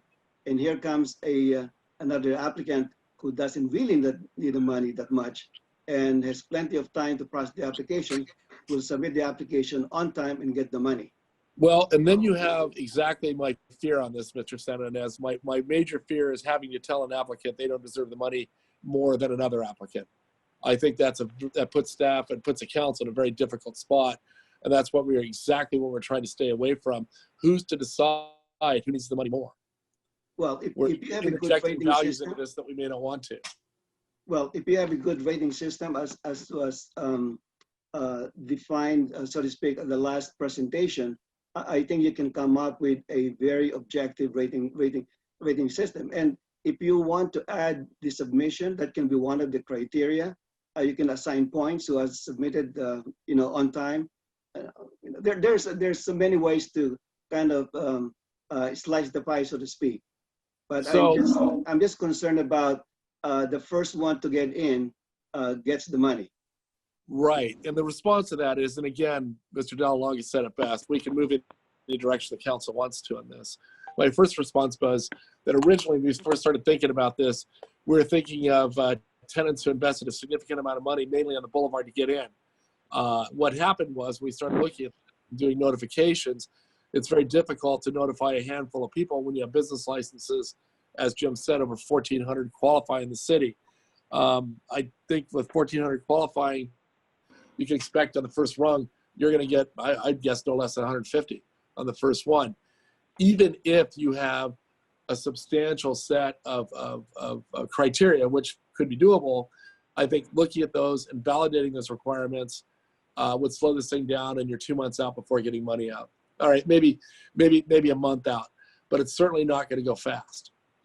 How will it slow down the process? Huh? How will it slow down the process? You have instead of looking at the top, say you have, 100 applications come in day one, you look at the first 15, 20, 30 that come in, and then once you run out of money, the gate's closed until the next round comes. If you have 150 applications come in under a review process of some kind, you have to look at all 150 applications, which puts an onerous burden on the Economic Development Subcommittee and forces them to make, well, first we'd have to substantiate all and justify and look at all the numbers that were stated in the request, and then it puts a substantial burden on the review of that process going forward. And, yeah, I think we can turn around relatively quickly, but I think you're looking at least a month before it goes through. Secondarily, if there is subjective standards placed on it and council members in the Economic Subcommittee or somebody else starts looking at that, then I'm thinking the case probably needs to be made that it should go to the full council for review before approval, rather than putting just 2 in the sling on this thing. Well, I was looking at assigning some kind of point system. Let's say you have 6 or 7 criteria and you assign points, and whoever the reviewer is will assign points to them. So how difficult would that be? Well, typically we would have more than one, to make it as objective as possible using rating systems, you have more than one rater. And instead of having one person being able to review one application, you're going to have 2 or 3 staff members review an application, and then you're going to also have potentially the 1 or 2 members of the City Council Economic Development Subcommittee. So there's going to be another couple layers of review once we get past the main eligibility requirements. Okay, all right. That's maybe I want to hear that. Maybe my colleagues also. All right, thank you. Thank you so much, Councilmember Santinez. Councilmember Dutton. Thank you, Mayor Garza. I got a question, Jim. On the eligibility criteria, do the applicant have to meet one of the CDBG criterias and the City of Bellflower criterias? Correct. They have to meet either the LMA criteria or the LMJ criteria on the CDBG side, and then they all the bullet points. All the bullet points. Got it. Okay. Criteria.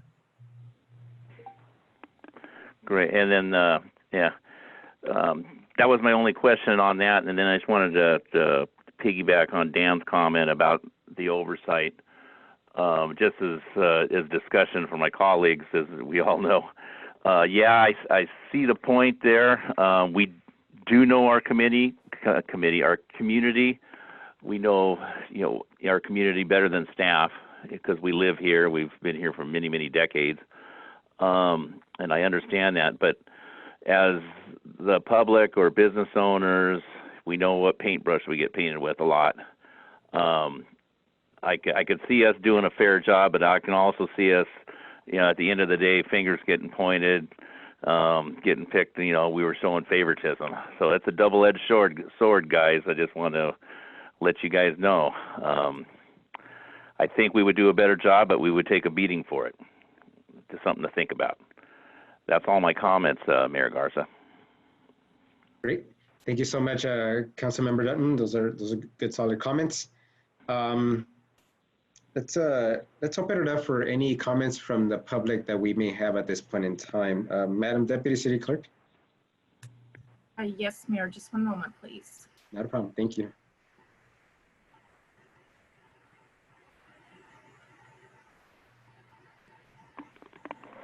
Mayor, I'm not seeing any public comment at this time. Great. Thank you so much, Madam Deputy City Clerk.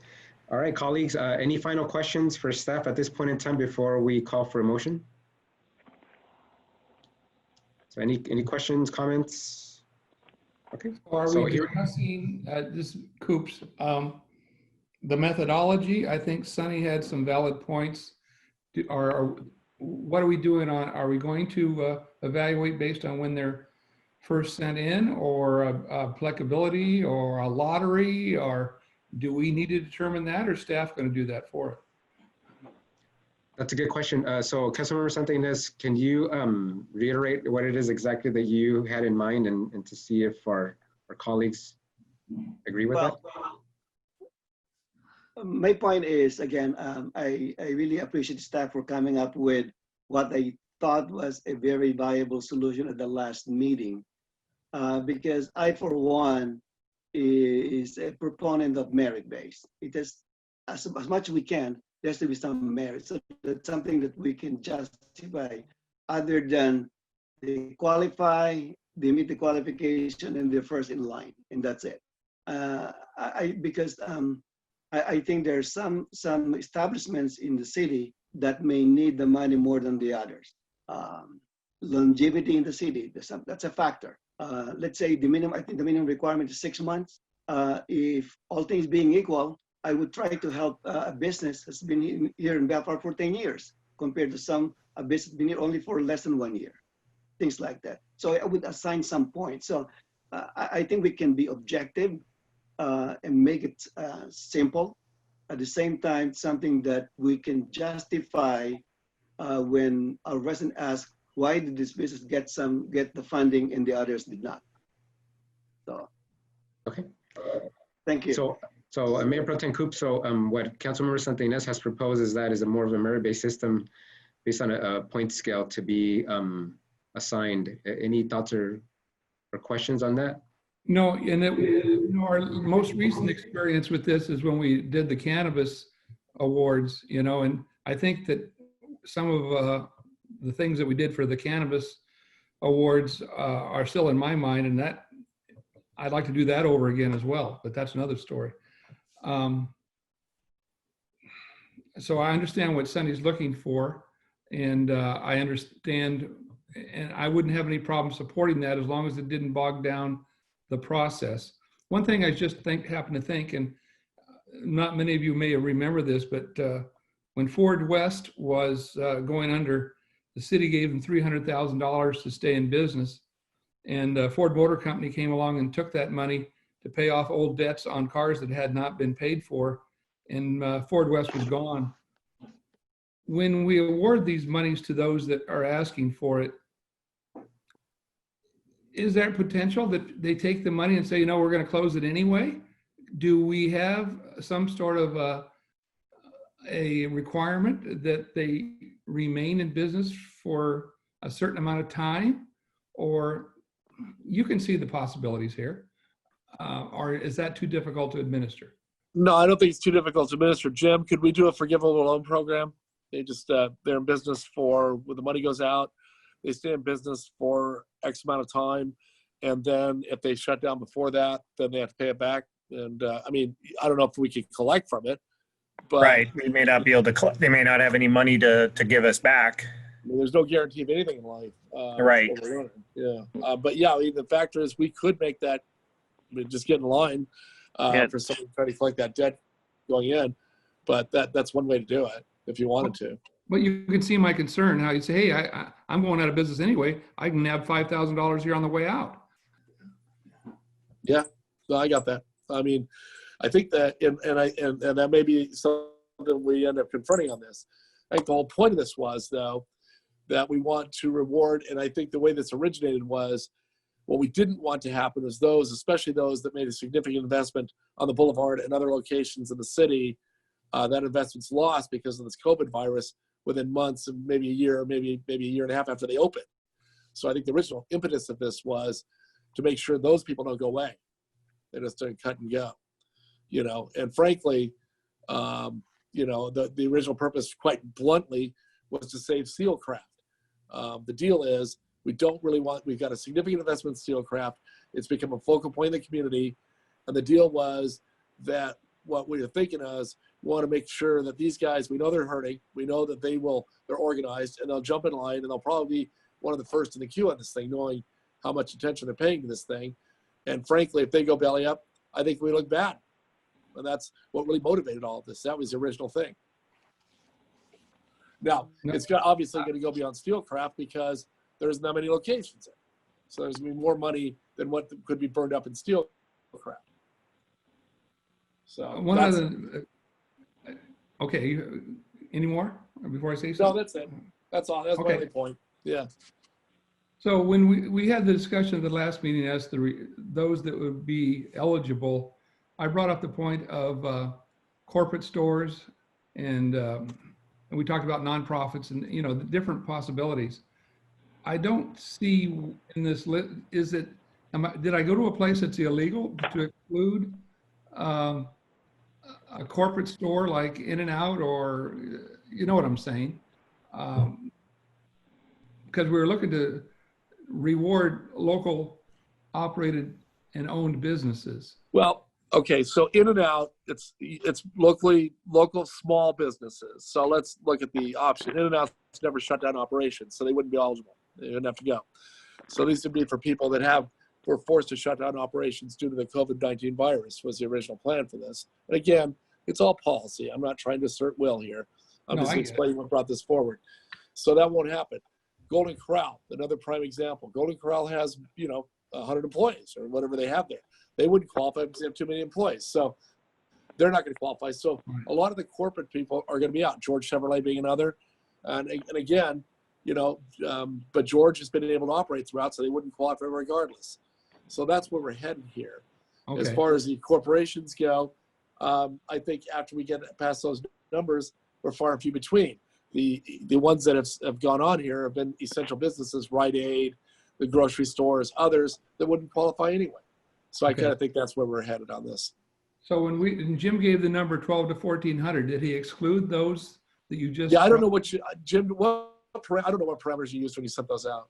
We parsed out the businesses based on the biggest criteria was 25 or fewer employees. That was what we talked about at the last meeting. So when we created the list of businesses, the biggest criteria that I put in was that they had 25 or fewer employees. They had no code enforcement issues.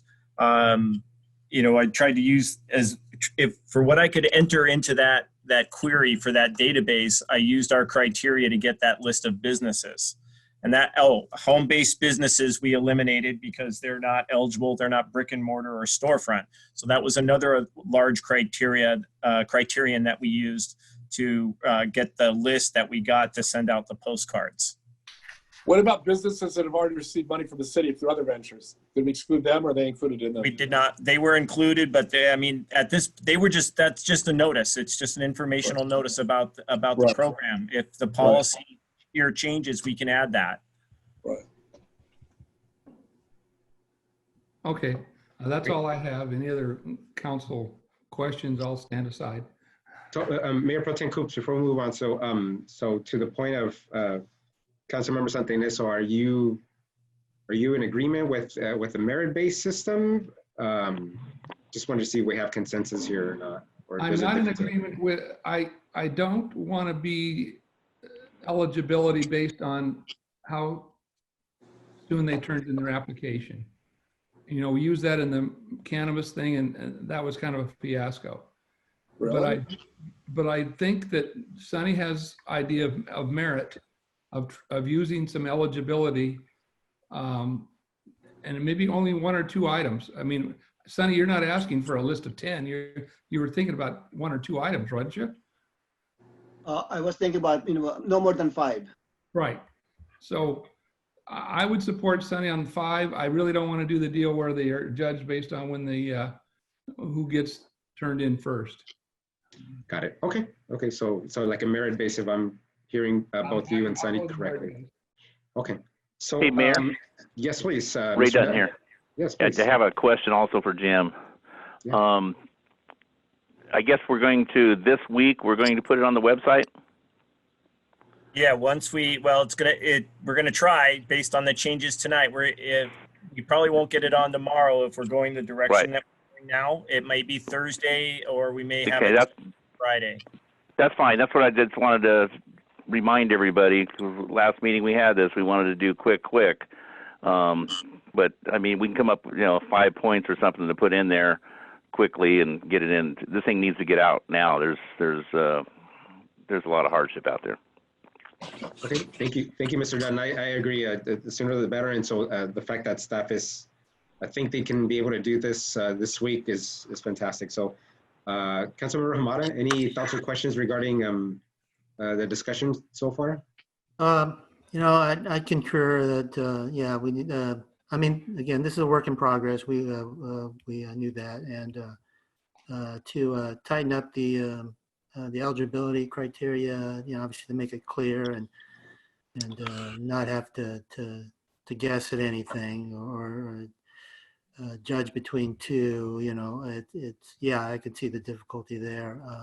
Yeah, if we could work out some of the key points of why a business needs should get this money and stay here in town.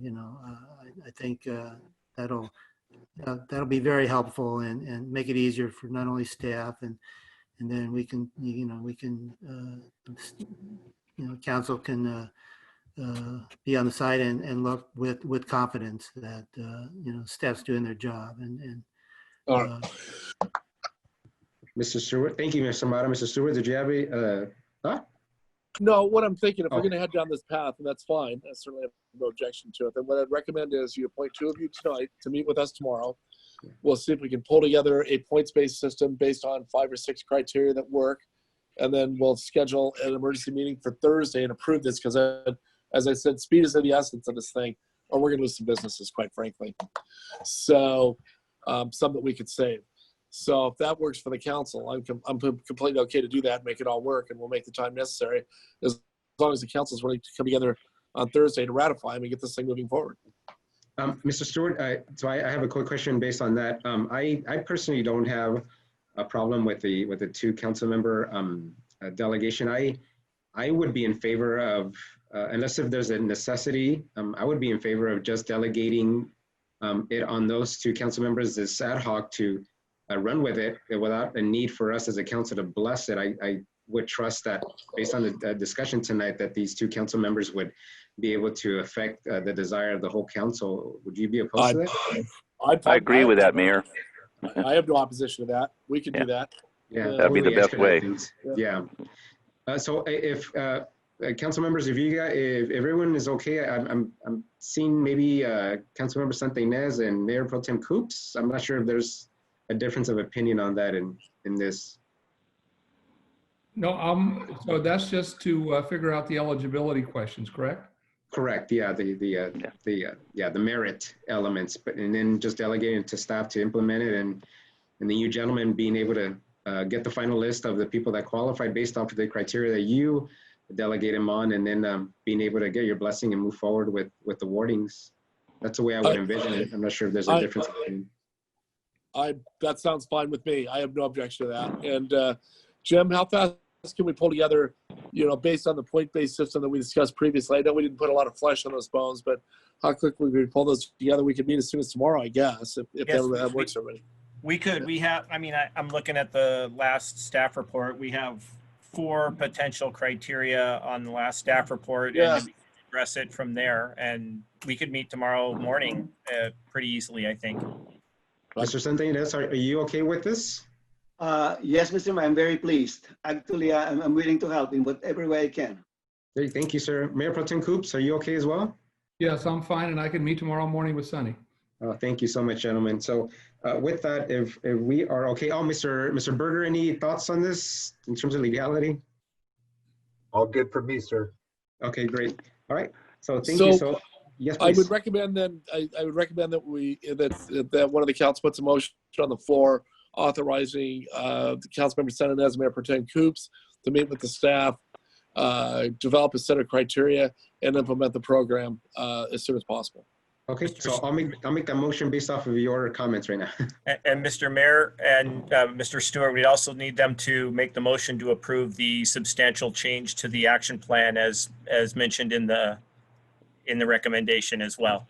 Mayor, add your adoption of the resolution 2020 to your motion. Okay, great. So with that as well, so to the amendments that Mr. DeLonga made and per the comments from Councilmember Dutton. I'll second it then. Madam City Clerk, do you have all that? That's fast. I believe that I do. I did miss the motioner. Who made the initial motion? That was myself. Mayor. Clear as mud. Okay, so there's a motion by myself and a second by Councilmember Dutton. Roll call, please. Councilmember Hamada, Aye. Councilmember Santinas, Aye. Mayor Pro Tem Coops, Aye. Councilmember Dutton, Aye. Mayor Garza. Aye. Thank you so much, Madam City Clerk and colleagues for that. Let's move on to item 12C. Mr. Stewart.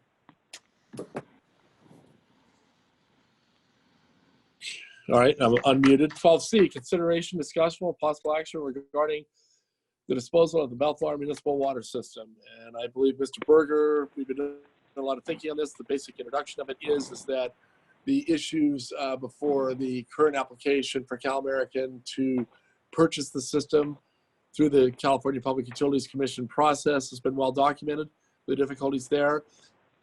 Mr. Berger has put his mind, and we've talked about different alternate scenarios here. And actually what we're looking to do is to develop an alternate scenario that we could put in play with the California Public Utilities Commission when we start the ex parte communications with them starting sometime in the next 2 weeks. Mr. Berger, it's all yours. Thank you so much. Thank you, Mr. Mayor, members of the council. I guess that's what happens when you write the staff report to the city, for the city manager, right? Right. That is exactly what happens, yes. So definitely have been discussing this, and I don't think that it's any secret that from a staff standpoint, I know from a city council standpoint, there's been extreme frustration with regard to the length of time it's taken for there to be any transaction between Cal-Am and the city. The main thing here is that the voters approved the sale of this nearly 4 years ago now, and we are still in the process of trying to have CPUC approval for Cal-Am to actually purchase the system. Where we are now is we have a preliminary opinion from an administrative law judge, which basically adopts what I would term nicely as extra legal arguments from, it's actually a division of the CPUC, which is identified as the Public Advocate's Office, which their mission really is to, their words, protect the greater public from unwarranted price increases. Their position on the sale is basically that the price that was fully negotiated and that what the administrative law judge has recognized was done in an exemplary process, that price is too much. And so they are trying to either block the sale or reduce the value of the overall municipal water system. In my view, and I think the city manager subscribes to this view as well, the main problem with that position is there's no support for it in the law. And secondarily, that the CPUC, or at least these particular individuals that work for the CPUC, think that the city has to abide by their decision-making process. I think under all the circumstances, we've just got off an agenda item whereby city council took into consideration all the businesses that may fail or possibly could fail, and the types of things that the city can do to try to prevent that from happening. In light of all the circumstances, I think that the city is going to be faced with a significant challenge in the months ahead in order to meet the requirements of COVID-19 pandemic, not only in trying to protect public health and safety, but also restore the economy and also take care of the city's own budget. And under those circumstances, all of the points we've made with the CPUC and with the voters before, which is namely that the 1,800 customers that rely upon the system simply cannot reasonably pay for the entire system, and there's no reason for taxpayers to be subsidizing the cost of that. All of those points remain true and are even more true today than they were 4 years ago. So under those circumstances, and given that the city's only option if the CPUC denies the transaction would be to appeal to the California Supreme Court, I think both the city manager and I are on the same page with recommending that the city council direct that the city manager to come back with plans for offloading the system through other means. We can surplus the system. The system can be donated. And as you saw in the staff report, one of the donees could be indeed the CPUC itself. If the CPUC wants to run the system, then certainly the city can hand off the system to the CPUC to run. The main thing here is that we would be offloading infrastructure, not the water rights. The individuals that have convinced thus far the administrative law judge about their particular position have calculated through a mysterious means, calculated that the infrastructure is worth less than zero. So under those circumstances, there's certainly no reason for the city to be operating that system or being responsible for it. You'll see on it's really the last page of the staff report. There are several options for the city council to consider. I think really the city council should consider tonight directing the city manager to come back with a plan for surplusing the system in the event that the CPUC decision is against the city and against the transaction. It's really the only way that we can implement the voters' direction in the first place when it was on the ballot back in 2016. I'm happy to answer any questions. Thank you so much, Mr. Berger, for that report. Let's start off with Councilmember Dutton. I just have one question. If we went down the road to surplus this thing, if it turns out that way in the future, does it go to auction? Is that the fair way to do it? Well, Councilmember Dutton, you could go to auction. The CPUC's advocates, however, are saying that the infrastructure is worth less than zero. So I don't know who would buy it. And quite frankly, we've already gone through a competitive process for the entire system, and the system is valued at $17 million, which is what we're trying to transact. Yeah, we got appraisals too that justify that, and now it's worth zero.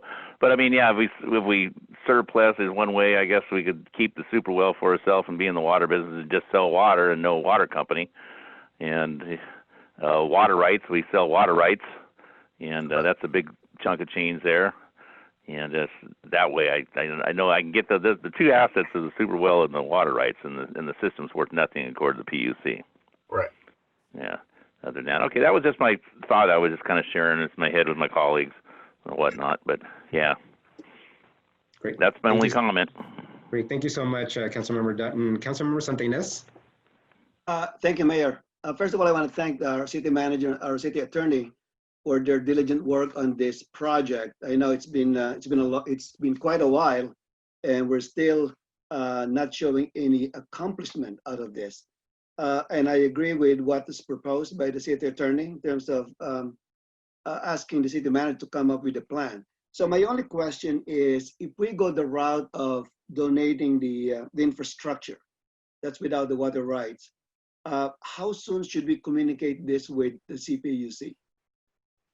I really think that the city council, as I mentioned, should be directing the city manager to come back with a plan. And once that plan is tentatively approved by the city council, we can inform the CPUC. But honestly, we don't need the CPUC's permission to do anything.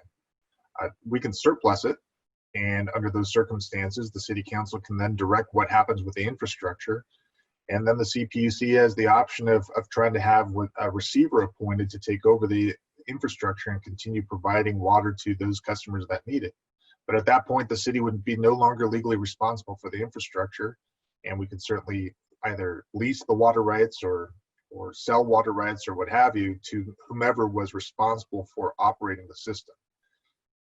That's kind of the whole point of the staff report, is that the CPUC actually doesn't have legal authority over the city's ability to surplus the system, and nor should it. It's the city's property, and the CPUC doesn't have the legal authority to force us to operate a system that over the long term will cost a substantial amount of money, and money that can't be recovered from the current ratepayers, because there are only 1,800 of them. Let me add to that. I think if the council were to go forward with the recommendation as stands and directs the city manager to develop a plan, I can assure you that that direction will be communicated to the PUC during their consideration of this issue. I think you know, I do concur with the city attorney that I believe that this process is turned into an extra legal process to say the very least. And I think that the PUC is way out of line with consideration to the 1997 law, which guides the sale of these systems. And quite frankly, I don't know anybody that's going to rein them in. So we're hoping that we can get some letters from legislators at all to send them in, but I don't know how successful we're going to be with that. But quite honestly, but let me back up a little bit by saying that right now, our attorney from that's representing us on this water system sale, he is drafted a question that I believe the chief of staff from Mr. Archuleta's office is going to submit to legislative council, explaining why they're acting this way, why they're acting outside of the bounds of this law. And hopefully that will open some eyes at the PUC on this. And they kind of work in their own little inner sanctum there. And Carl's exactly right. The characterization of the California Public Advocate is basically they're internal terrorists. They have no ethics. It's very clear. And I say that honestly on the public record. And quite frankly, they misrepresent their point of view on virtually every item that comes up on this item. I went through an 1.5 hour interrogation in front of the PUC, and you couldn't believe the number of questions they're asking me that had no basis in fact on the sale of the system. So quite frankly, I think that if we indicate to the PUC that, yeah, you know what, you can do what you want, but it may be a short-sighted decision, because here's what's going to happen to the system, and somebody's going to pick up the tab for that down the line. Because I don't think the PUC is going to want to run the system. They're going to have to assign it or give it to somebody, and those ratepayers are going to pay the tab on it. So what we're trying to do with this, in light of anything else, is to get the California Public Utilities Commission just to basically follow the law on considering the sale of this water system. And that's it in a nutshell. So yeah, I do concur with the city attorney 100% on the staff report. Yeah, my only point in asking the question is I want to see what reaction the CPUC will have if we tell them that this is an option. So that I'm hoping that it's going to open their eyes and maybe rule differently than what it is now. Yeah, Mr. Sanchez, I think we can do that. So right now, we're asking for the ex parte meetings, which will be by Zoom or WebEx or some other forum, just like we're doing now, to take place on the week of the 8th. We can't do it on the 8th because it's a council meeting. So those meetings, if they are granted that week, will take place afterwards. So I believe we have time to get that plan in place and get it before the council and get some direction from the council before we actually go to meet with the California Public, or at least the representative from the California Public Utilities Commission, and we can pose that question to them right there. Okay, very good. Thank you. That's all I have, Mr. Mayor. Great, thank you so much, Councilmember Santinez. Councilmember Hamada? I think you're on mute, sir.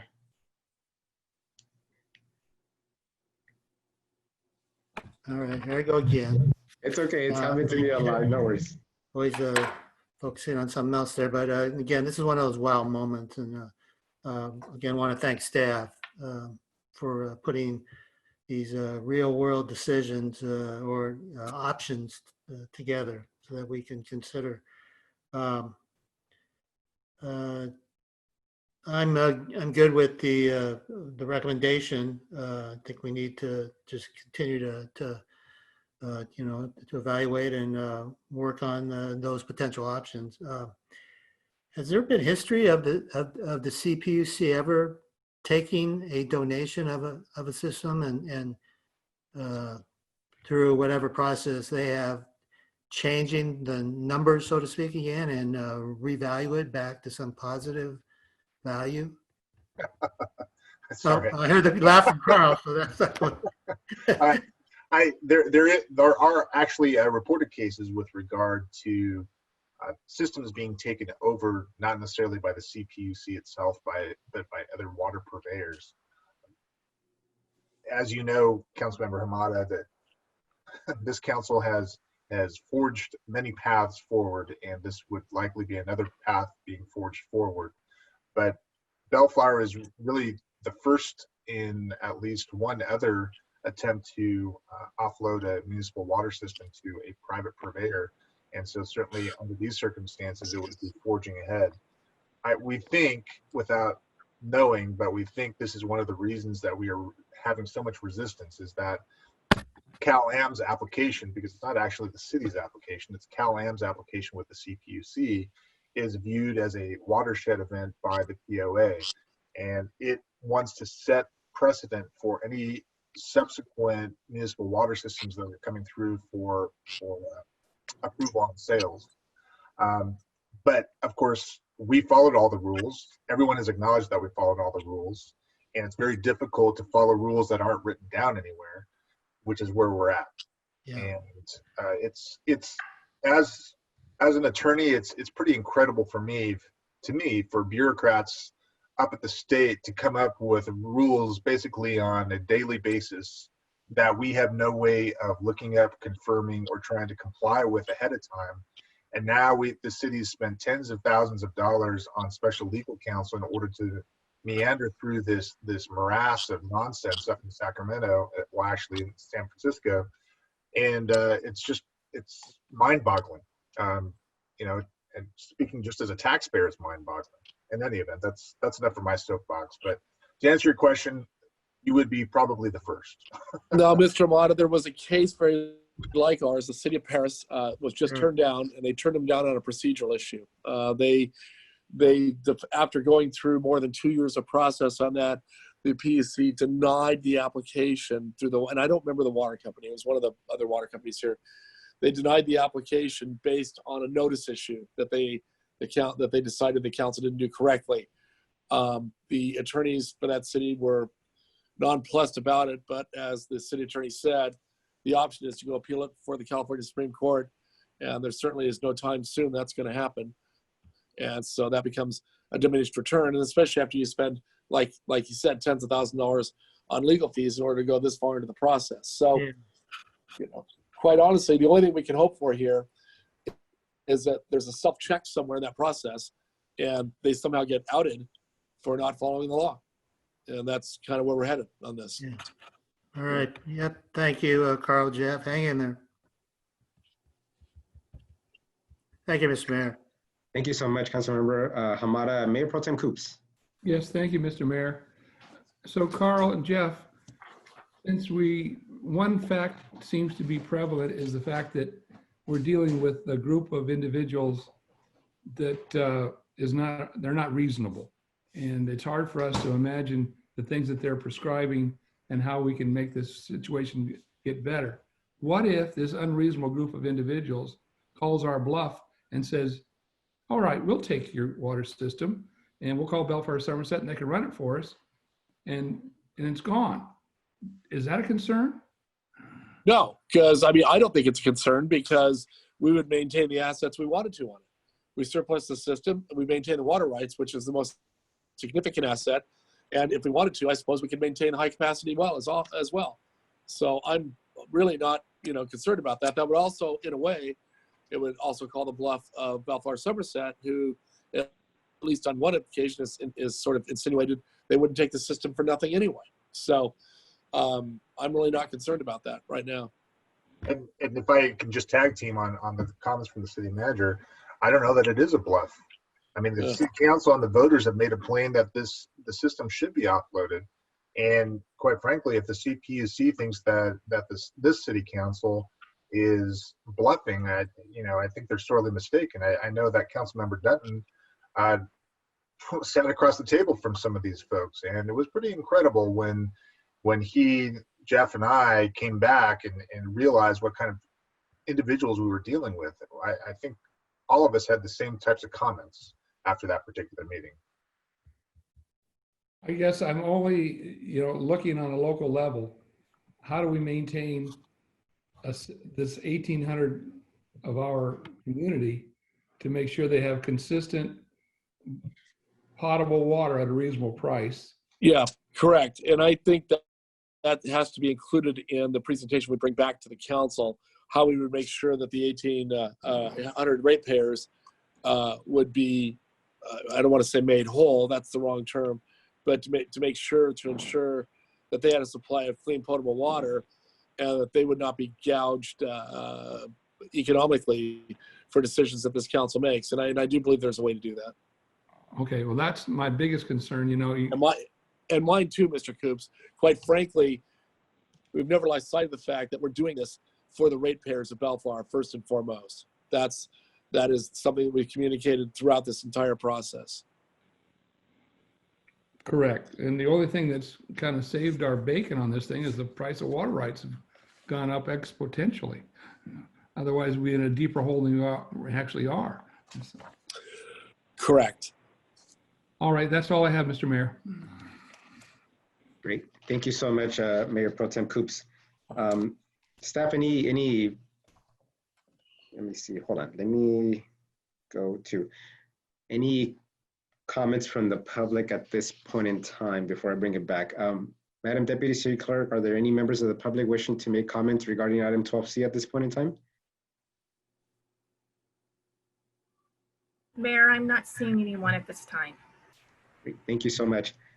So staff, No, any? Mayor, I'm sorry. No, okay.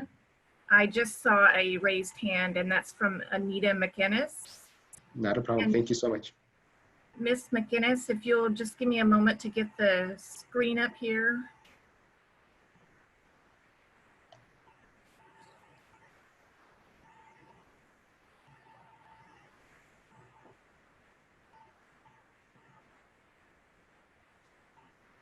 Okay, go ahead, Miss McInnes. Okay, thank you very much. I do have a question. I'm not sure what area you're talking about, but the water where I live is not even drinkable. So if this is the area you're talking about, I'm all for whatever you're gonna do to make it better. Our water smells and tastes horrible. Great. Does that complete your comments, Ms. McInnes? Yes. Thank you so much for your comments this evening. Len, I'm not sure which water system provides service to Ms. McInnes, but would you be able to circle back with her and just confirm to her offline which system provides water to her? Yes, we can do that. Okay, thank you so much for that. And again, any other members of the public wishing to make comment, Ms. Deputy City Clerk? Mayor, I don't see anyone else at this time. Okay, great. Thank you so much. So with that, I'll bring it back. Staff, any final comments or questions regarding what you heard from the City Council this evening? No, I think that we've had our say. I'm interested in what the council has to say, and we're in a listening mode at this moment. So, yeah. Hey, Mayor. Yes, sir. I have no comment, but we can move this forward. I would, with the consensus, I think that of all our conversations, I'd like to make a motion to direct the city manager to commit to come up with the proceedings and a plan, if needed, to dispose of the Bellflower municipal water system via surplus donation to the state of California. Okay, I'll second the motion. Coops. So I have a motion and a second regarding the alternate route at this point in time. Roll call, please. Councilmember Hamada. Aye. Councilmember Santinas. Aye. Mayor Pro Tem Coops. Aye. Councilmember Dutton. Aye. Mayor Garza. Aye. Mr. Mayor, may I ask, Carl, Please. I think that what we'll do on this, I think we're going to bring this back in the form of a resolution. Do you concur? Yes, sir. Yep. Okay. Okay, fantastic. Thank you so much, gentlemen, for that. Let's move on to item 12D then. Mr. Stewart.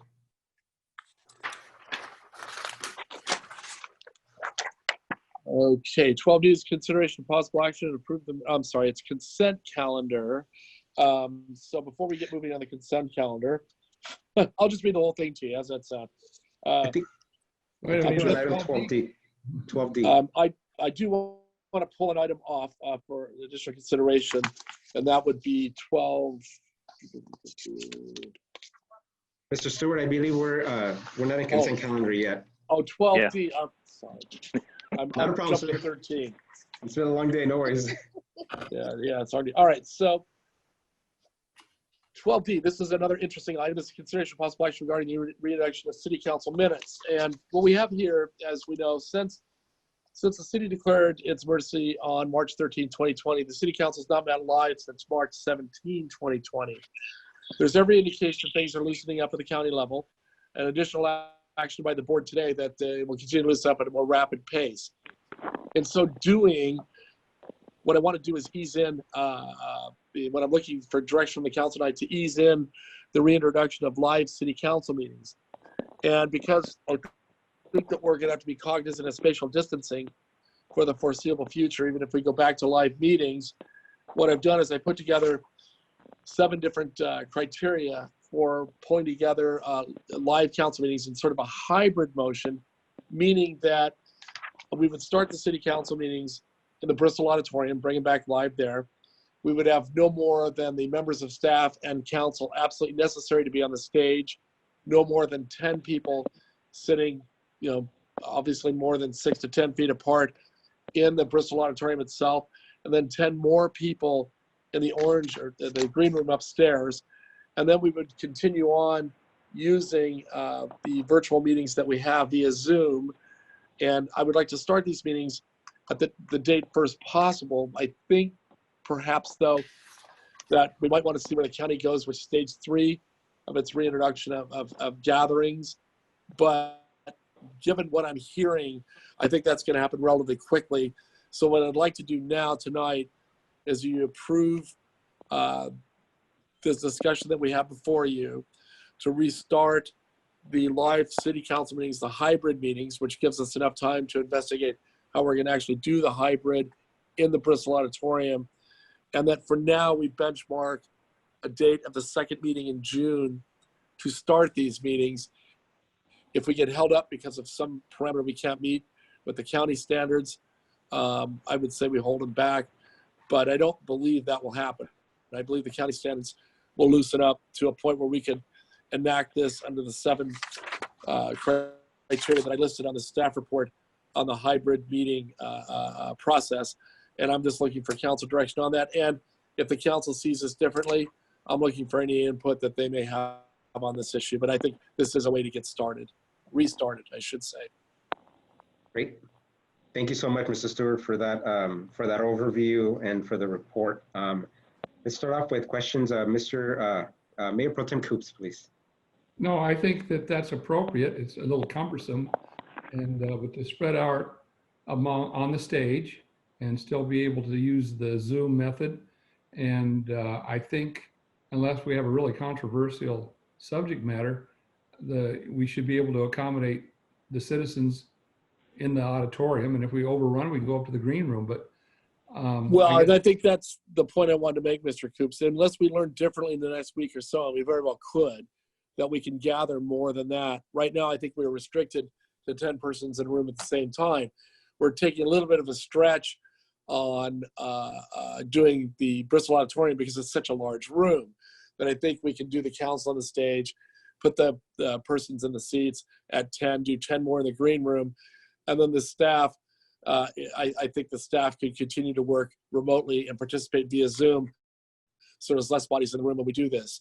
And unless we hear differently, I think that's where we'd stand, is no more than 20 in attendance live in City Hall, and then unless it loosens up between now and sometime in the next 2 weeks or so. no, I think that's a good plan. We'll see how it goes. I think the only variable is when it'll be initiated, and the county will kind of put that in motion. Yeah, And no, I don't disagree with you. And I actually, truthfully, I believe the county will answer our question for us. And I believe this will be overly restrictive. And frankly, by the time we get to the second meeting in June, it may be a moot point and they've allowed us to meet. And then it's a matter of personal choice whether we want to go forward with that. And I kind of think this council will. So. no, as a side note, I send out birthday cards every week, and I started when I became mayor pro tem, was when Juan became mayor. I just sent out my 26th box. So that means that Juan's already had half a year of being mayor, and a third of that time he's not even been in the council auditorium to be mayor. So I think we owe it to him to get him up where he needs to be. So. Well, I would agree. 7th week already. So I would agree that you're all far better looking in person. So I would have to concur with that. So yeah. Thank you, Mayor Pro Tem, for that. Any other comments, Mr. Mayor Pro Tem? No, that's all I got. Okay, great. Councilmember Santinez. Thank you, Mayor. I missed the face-to-face meeting, and I think there's no subject to a live meeting. And I agree with the recommendation put forward by the city manager. And I know for a fact that other city councils are meeting live anyway, since even during the pandemic. So I think we can do it. I think with some precautions, as spelled out here, I think it can happen safely. So thank you. Yeah, and Mr. Sanchez, I mean, the reason I'm asking for the 26th date, the second meeting in June, is just so we can work out the logistics of getting Zoom to work in that auditorium. If we work it out faster, we get it done sooner, I'm happy to start at the next meeting. I just don't know how long it's going to take. That's the reason I'm asking. Yeah. No, I understand, but don't push it. I want to make sure that we are safe. Yeah, I got you. I hear you. Yeah. Okay, thank you. Yeah. And Sonny and I are over 65. Well, we're gonna keep you safe. All right. Thank you so much, Councilmember Santinez. Councilmember Hamada. Thank you, Mr. Mayor. Yes, I concur with some of the comments. Again, it'd be great to get back in person. And I think what we're seeing, especially with the state, designing the guidelines to get back for the churches, and those numbers could be sizable, but again, no more than 100 would be the right. And the churches, as I'm reading, they're coming back at 25% capacity of the building, and that would be just fine. Those numbers work. So hopefully something will come around soon, and ready to drive to a meeting. And so I won't forget pressing the not mute, whatever button. So, the only thing I think when you start bringing people back, and this is some churches are talking about is, and again trying to limit the numbers is how you're going to receive those people, and some people that, again, first come, first serve, or is it a reservation, or, so on and so on. So some, but again, that may take some additional time, and that's what's good about our timeline for the second meeting in June. And city manager's right. I think the county is ready to move on some of those things also. So, all right, looking forward to seeing you back in person. Thank you, Mr. Mayor. Thank you so much, Councilmember Hamada. Councilmember Dutton. Let's meet live, ASAP. That's it. Great. Thank you so much. I concur. We see the trend. We see where it's going, right? And I think the governor had talked about not allowing for even like haircuts, like salons and barbershops till who knows when, later on this year, maybe not even next year. And obviously things are getting expedited really quickly here. So I foresee the ability to be able to do this coming up here really shortly. So that's great. I concur with Councilmember Dutton and everyone else. I think meeting face-to-face, there's a value in that. And I know we've deferred some decisions and considerations that are important to our public so that they can actually physically see these discussions happen. We've deferred them because of this. So I'm looking forward to tackling those decisions coming up in the near future as well. So I'm in concurrence that, if the best course of action is to do the second meeting of June, that's great. If we're able to do it without compromising our health, and if staff feels that they can get it done in the first meeting of June, then so be it. I think I'm personally ready for that as well. I would, and I know there are probably going to be some ground rules that are going to be devised by staff in terms of, people that attend, things that are expected. I know there's a certain decorum that is, goes without saying. There may be some requests that are requested of us that participate in these meetings, in these future council meetings until we get a vaccine for COVID. So I just asked for the public's indulgence of us on that. Some of the things that are requested of us may not be ideal for all of us, but I think as long as we adhere to and understand that we're all trying to protect each other, and that it's whatever measures we have to take are not political in nature, simply just focusing on safety and health, that's a driver behind some of these upcoming requirements of us in these council meetings, I think we're all going to be okay as long as we remember that. So that completes my comments, Mrs. Stewart. I'm not sure if you have anything further. No, I mean, I would say just conversely, I wanted to let the council know we're working on guidelines to reopen City Hall as well. But we have some other restrictions there, plexiglass requirements. We're going to develop some criteria to take temperatures coming in the door. And maybe some of that stuff may bleed over into what we do at the city council. But if so, I will report back to the council as soon as possible on that. Great. All right. Thank you so much, Mr. Stewart. Madam City Clerk, do we have any members of the public wishing to make comment regarding item 12D this evening? Yes, Mayor, I'll give the public just a moment to utilize the feature, please. No problem. Thank you.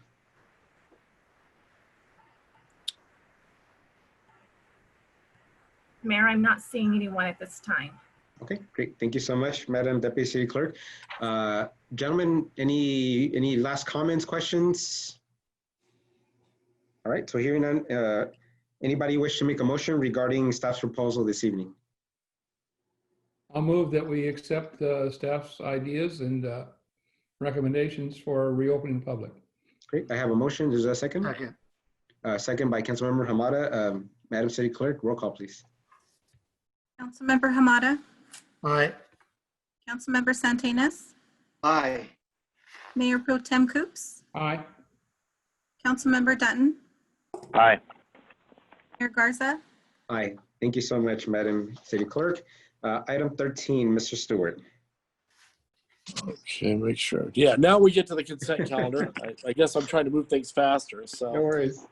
before we get started on the consent calendar, I'd like to remove a request that we remove item C. It's nothing against the Lou Edwards group, but instead of trying to put the cart before the horse on this thing, I think what I'd like to do, if everything is approved, including item G, the additional analysis from Fairbanks Maslin Associates, then and we get that going, we can actually take a look at the data that they provide and then decide with some more specificity whether or not we want to indeed retain the Lou Edwards group, even though it's my anticipation that we probably would. But what I'm recommending tonight is that we pull it off to the next meeting. Great. Thank you so much, Mr. City Manager. I concur with that course of action.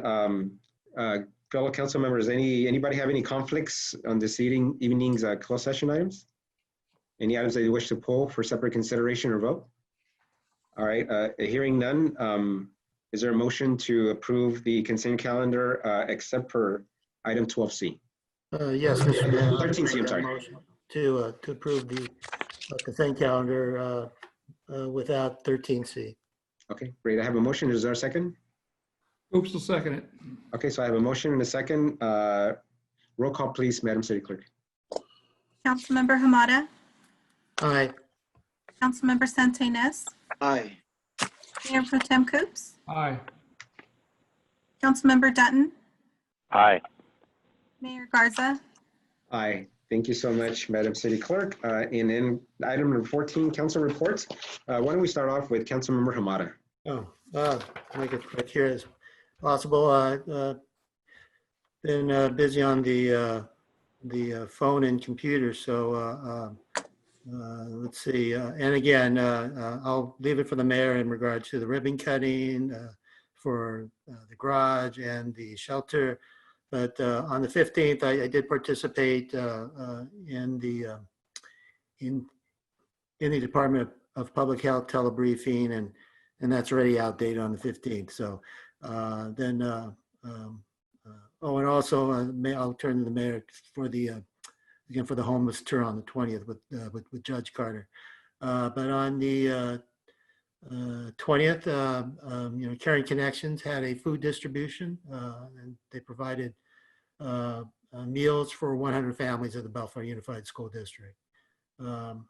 Also on the 20th, I did participate in the Zoom with the SCAG Transportation Committee, and for the purpose of electing our chair and vice chair, and want to congratulate Cheryl Villegas Walker of El Centro. She's our chair again, and Steve Hoffbrauer from Palmdale, he's the vice chair. On the May 21st, I participated in the telebriefing with the county regards to mental health, and I'll let the mayor also provide any comments he'd like. There were 3 cities on the briefing. So, and then today, the Los Rios YMCA started the 10th week of food distribution to the Bellflower Unified School District kids. So they're in the process of applying to expand the waiver to include the entire summer. So potentially it could go another 10, 12 weeks.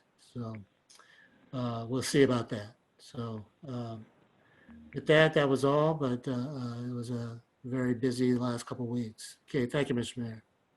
Thank you so much, Councilmember Hamada. Councilmember Santinez. Thank you, Mr. Mayor. I just want to ask our city manager to explain, give some information to our residents, because I've been getting questions. Oh, by the way, let me preface my comment about that. We had a very successful outreach last Wednesday, thanks to our city staff, to our sheriff's department, and our partners in this project. I think it went really well. There were no issues. So I've been getting questions about how do we move forward from here. So specifically, the question asked of me is how often are we going to be doing the outreach to our homeless population? So I'd like to ask our city manager to kind of talk about it so that we can inform our viewing public. So the short answer is as often as necessary, so every day if possible. Right now, we believe that we've had a significant number of homeless people that have just chosen to leave, quite frankly. And we've cleaned up a lot of the messes that were left behind. We have a handful now left that are clearly persons in need of mental health attention. And when I say a handful, I mean 4 or 5 people that are well known in the community. We have a little bit of a lag, I have to admit, in coordinating with the Department of Health Services to get them out and get them the help they need on that. And quite frankly, until we get cooperation from DHS, and I expect that to happen pretty quickly. We're working on that now. We have a good contact with DHS now, thanks to Mr. Garza. We expect the next couple of days we'll get those people the help that they need, and we will have a significant number of folks that aren't here. So the time being is we have 14 persons as of the last count that we have at the shelter itself that are staying there. That number will probably grow somewhat over the next several weeks as we start reaching out to more people who may return or not return, or new people that come in. But for right now, I think that we have solved a good number of the ongoing problems that we've had in this community. I know I personally drove by 4 or 5 of the more problematic camping areas on the east side of town, and they're gone. And it's just a nice feeling to see that the areas are cleaned up. Those people are gone and not there. So, but due diligence is the key here. And the power of this shelter is it gives us tools to address this issue in an effective way that we didn't have before.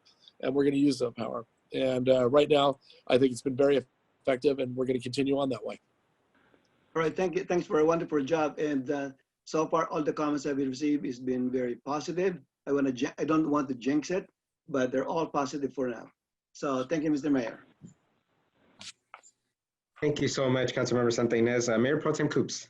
Yes, thank you, Mr. Mayor. Mr. Stewart, have you had any conversations with our neighboring city managers as some of our homeless have taken a residence in their communities? Not yet, but my wife is complaining that some of them have taken up residence in Long Beach. Does that count? I suppose. I didn't know that they were. I didn't realize they want an ocean environment for the summertime. I have no way of knowing if that's true, but that's the only complaint I've heard. I've heard nothing from the neighboring cities to date on that. Okay, well, one of the things that constituents have been asking me, and I have been remiss in asking, when we enacted probably about a year ago our vacant lot ordinance, whereby we were going to require fencing and landscape and sprinklers, I've yet to see any of that occur. Is there a holdup on that? No, it's occurred. It's occurred in small numbers because there hasn't been that many. We have one noticeable issue though, and that's the Gold property. And quite frankly, he's done. He's used up the time that we gave him to get a development plan submitted for viable development on that. And he's been notified formally that he now has a legal obligation to comply 100% with that vacant property ordinance. I have seen some additional fencing that's gone up that meets the standard for that. And so I would say that we have addressed that. If there's any outstanding issues that you're noticing that we need to pay attention to, we certainly will do that. But I know that the gold property has been, because it's a big giant property in the middle of town, it's been a single sticking point that we have. It looks like we've not made that much progress on, but we are on that like white on rice right now. The one property that I think the mayor and myself and all of us have always had on our sites is the one at Artesia Place and Woodruff across the street from the recycling center. And that looks as bad as it's ever looked.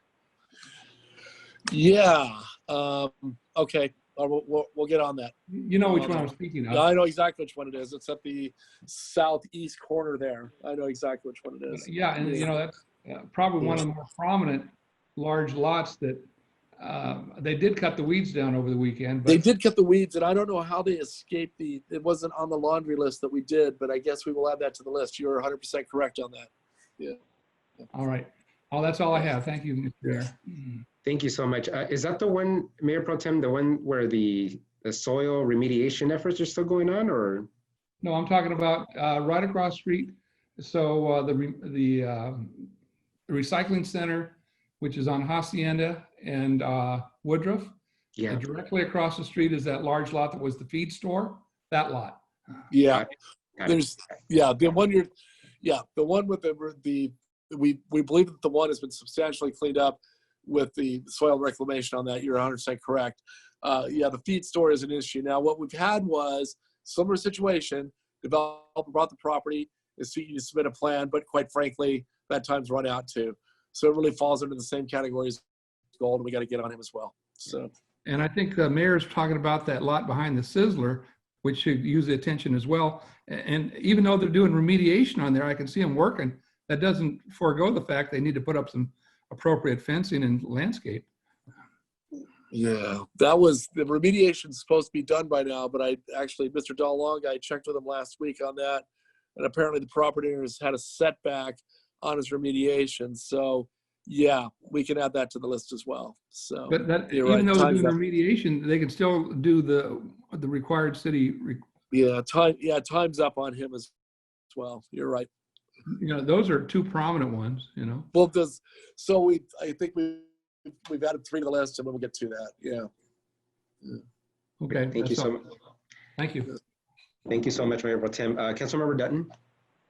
Thank you, Dan, because all 3 of those properties are in my district. Well, then you're responsible for them.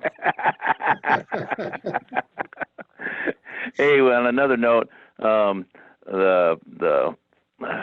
for lack of better terms, the homeless roundup to get them to the shelter that happened last Wednesday was a success.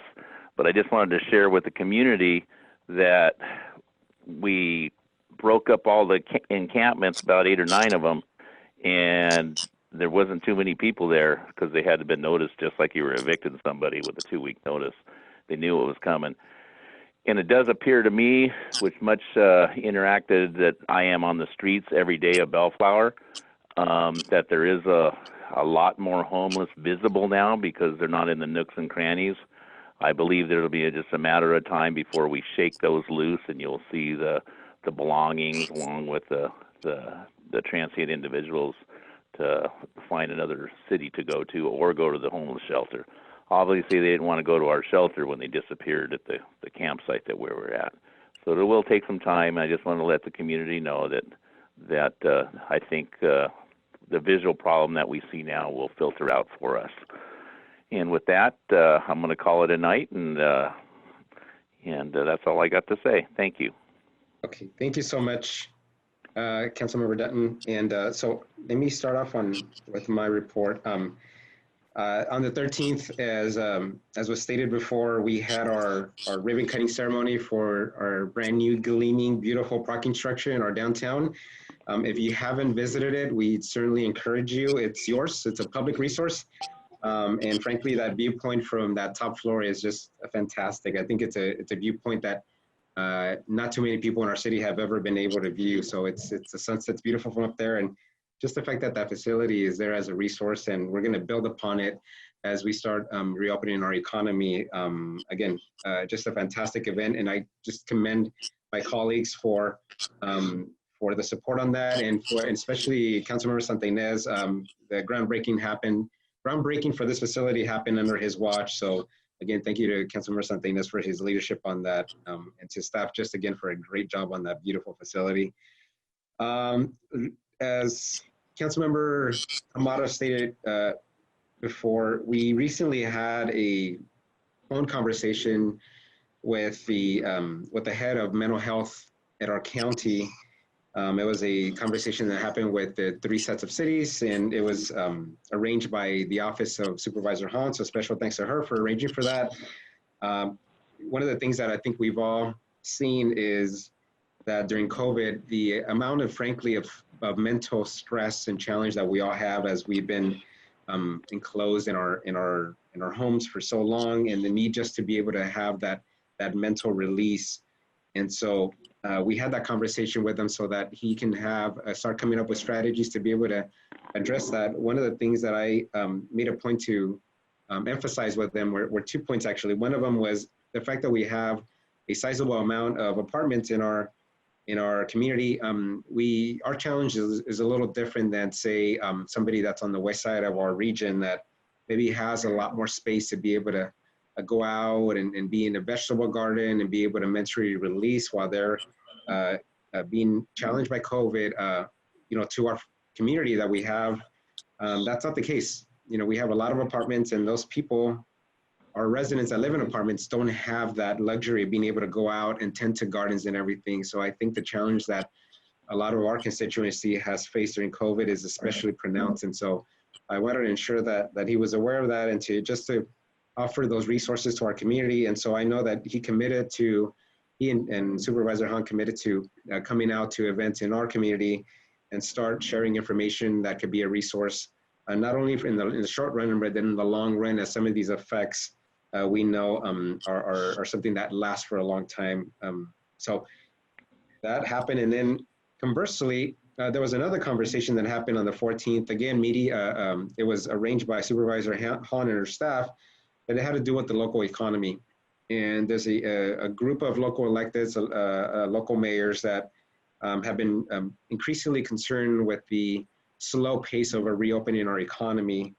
One thing that I keep reminding people is that unfortunately we don't have a cure for COVID, and I think we have to find a way to be able to live with it until we find a cure, but at the same time being able to protect the most vulnerable at the same time without having to completely close off our society. And so we had that conversation with Supervisor Hahn. She was very receptive to our conversation. Even though it seems like it happened years ago, it just literally happened less than 2 weeks ago. And since then, there's been a lot of progress. Supervisor Hahn has been an absolute champ in this effort. And so I wrote her a letter this past weekend asking her to expedite that process here locally so that we can, again, balance the need to maintain our health and at the same time reopen our local economy. We have neighboring counties that are ahead of the curve in terms of opening up their local economies. And frankly, I'm concerned about the fact that we are a little behind the curve on that. And I don't want to lose any potential business that could be happening in our city and lose that permanently to other surrounding communities in surrounding counties. So again, I know that Supervisor Hahn has listened, and she is being an absolute champion. And I think that's going to happen here sooner rather than later. On the 18th, we had the ribbon cutting ceremony for New Hope, our temporary services shelter. And we had the Honorable David Carter, our judge, the federal judge at that event. Supervisor Hahn, who's been a huge supporter of that facility and especially contributing funding towards making that community come into effect, was there as well. We had the plaintiffs as part of the lawsuit that were represented. We had the service providers as well. And then we had also the designer and the builder of that facility that attended. In order to be COVID friendly, we had to space out these ribbon cutting ceremonies over 3 ceremonies. So we were there actually as a city council and staff for 3 hours, but nonetheless, it was well worth it. It's a monumental and landmark facility in our community. And in talking to the city manager earlier today, it was beautiful in the sense that he expressed to me that that we had a local neighbor where this facility is at who was asking about this facility. And he was well surprised when we shared with him that the facility was already not only up and running, but that there were actually residents inside. And so the fact that the local neighborhood there has not seen the effect of this, the anticipated effect when we first started embarking on this process, and the fact that they're seeing that we're keeping our word as a city and as a city council, that we are working to mitigate the effects of this facility on that neighborhood. And in fact, I think overall it's going to be a net value. The facade of the facility is undergoing a transformative painting right now. And I know that we're going to be working on the park, Constitution Park across the street. On top of that, we're going to be building that parking space lot that's going to be fenced in. That's going to be city-owned lot right there at the corner. Again, just a remarkable effort there. And I cannot, on a personal level, I just cannot thank our community enough just for trusting us with this resource, and to my colleagues for the foresight, again, of this facility, and to staff for their exceptional hard work. The fact that we got this facility up and running in 5 months really goes to show the testament that this was really important, that it was an effort that needed to be done fast, especially during COVID. And I just couldn't be more prouder to be a Bellflorian and to lead the city at this point in time. And then last but not least, as was mentioned before, on the 20th of this month, last Wednesday, we, now that we had the New Hope temporary shelter now, according to the settlement agreement, as part of our homeless settlement agreement, we were able to start enforcing our laws. And a big thanks to our city attorney for guiding us on the legal aspects, our city manager for arranging for everything with the service provider at New Hope to begin intaking personnel. And a special thanks to Joel Hockman and the public safety team for all their efforts just to being able to undertake an effort like this. It's something that I think when we started off that morning early at 5:30, none of us knew what we were going to encounter. It's the first time we ever did this. Even the judge himself expressed to me during the day that this was completely new to him, even though he's done this multiple times. Reason being is because we're such a different city. We're not, the homeless in our city are not focused or concentrated in one portion of our city. They're dispersed throughout. And so that made it very unique to him. So he himself was learning through this process. And again, it was just an amazing effort that day. We all learned something new. Like my colleagues, I received a lot of messages, not only through text, but also through Facebook and through email, just remarking on how much they appreciated being able to enjoy their neighborhoods once again. I heard stories of people saying that they had been years since they'd been able to allow for the children to go out safely and play without feeling that they were at risk. And so again, I think having that level of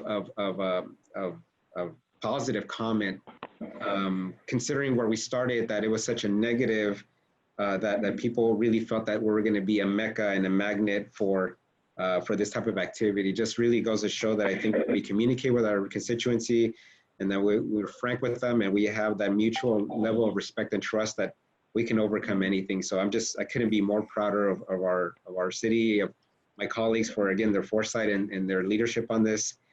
And as the city manager said, we already have residents in there, and the number is going to continue to grow. And I know we have some people in the community that are homeless and that have trust issues in terms of going into the facility. But I think once they start learning more about it, hopefully we'll be able to welcome them even more into that facility that is just really nice and beautiful and state of the art. And then last but not least, just related to that, I wanted to just remind our community that even though we have this agreement and we have this facility, I just want to remind everyone that being homeless is not illegal. And I say that because I've gotten some comments from some members of the community that feel that because we have this agreement and we have this facility, that somehow that translates into the fact that they're not going to see any homeless in our city.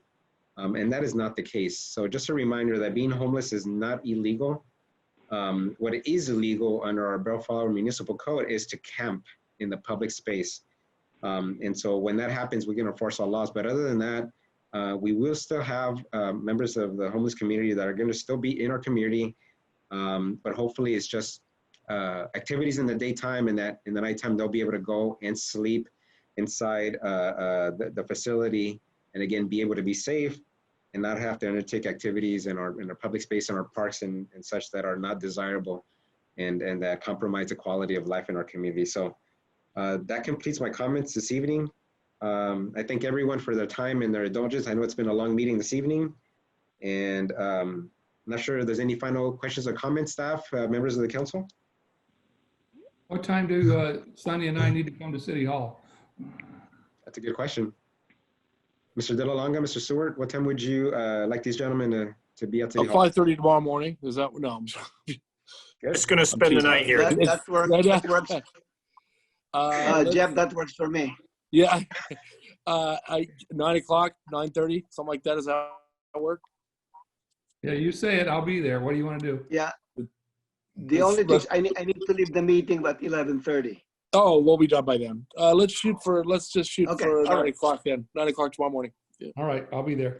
All right, All sounds right, good. fine. Okay. All right. Great. Any other final questions or comments?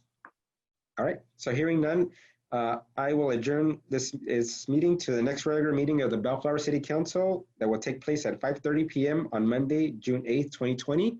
It is 9:58 by my watch, and this meeting is adjourned. Thank you, everyone.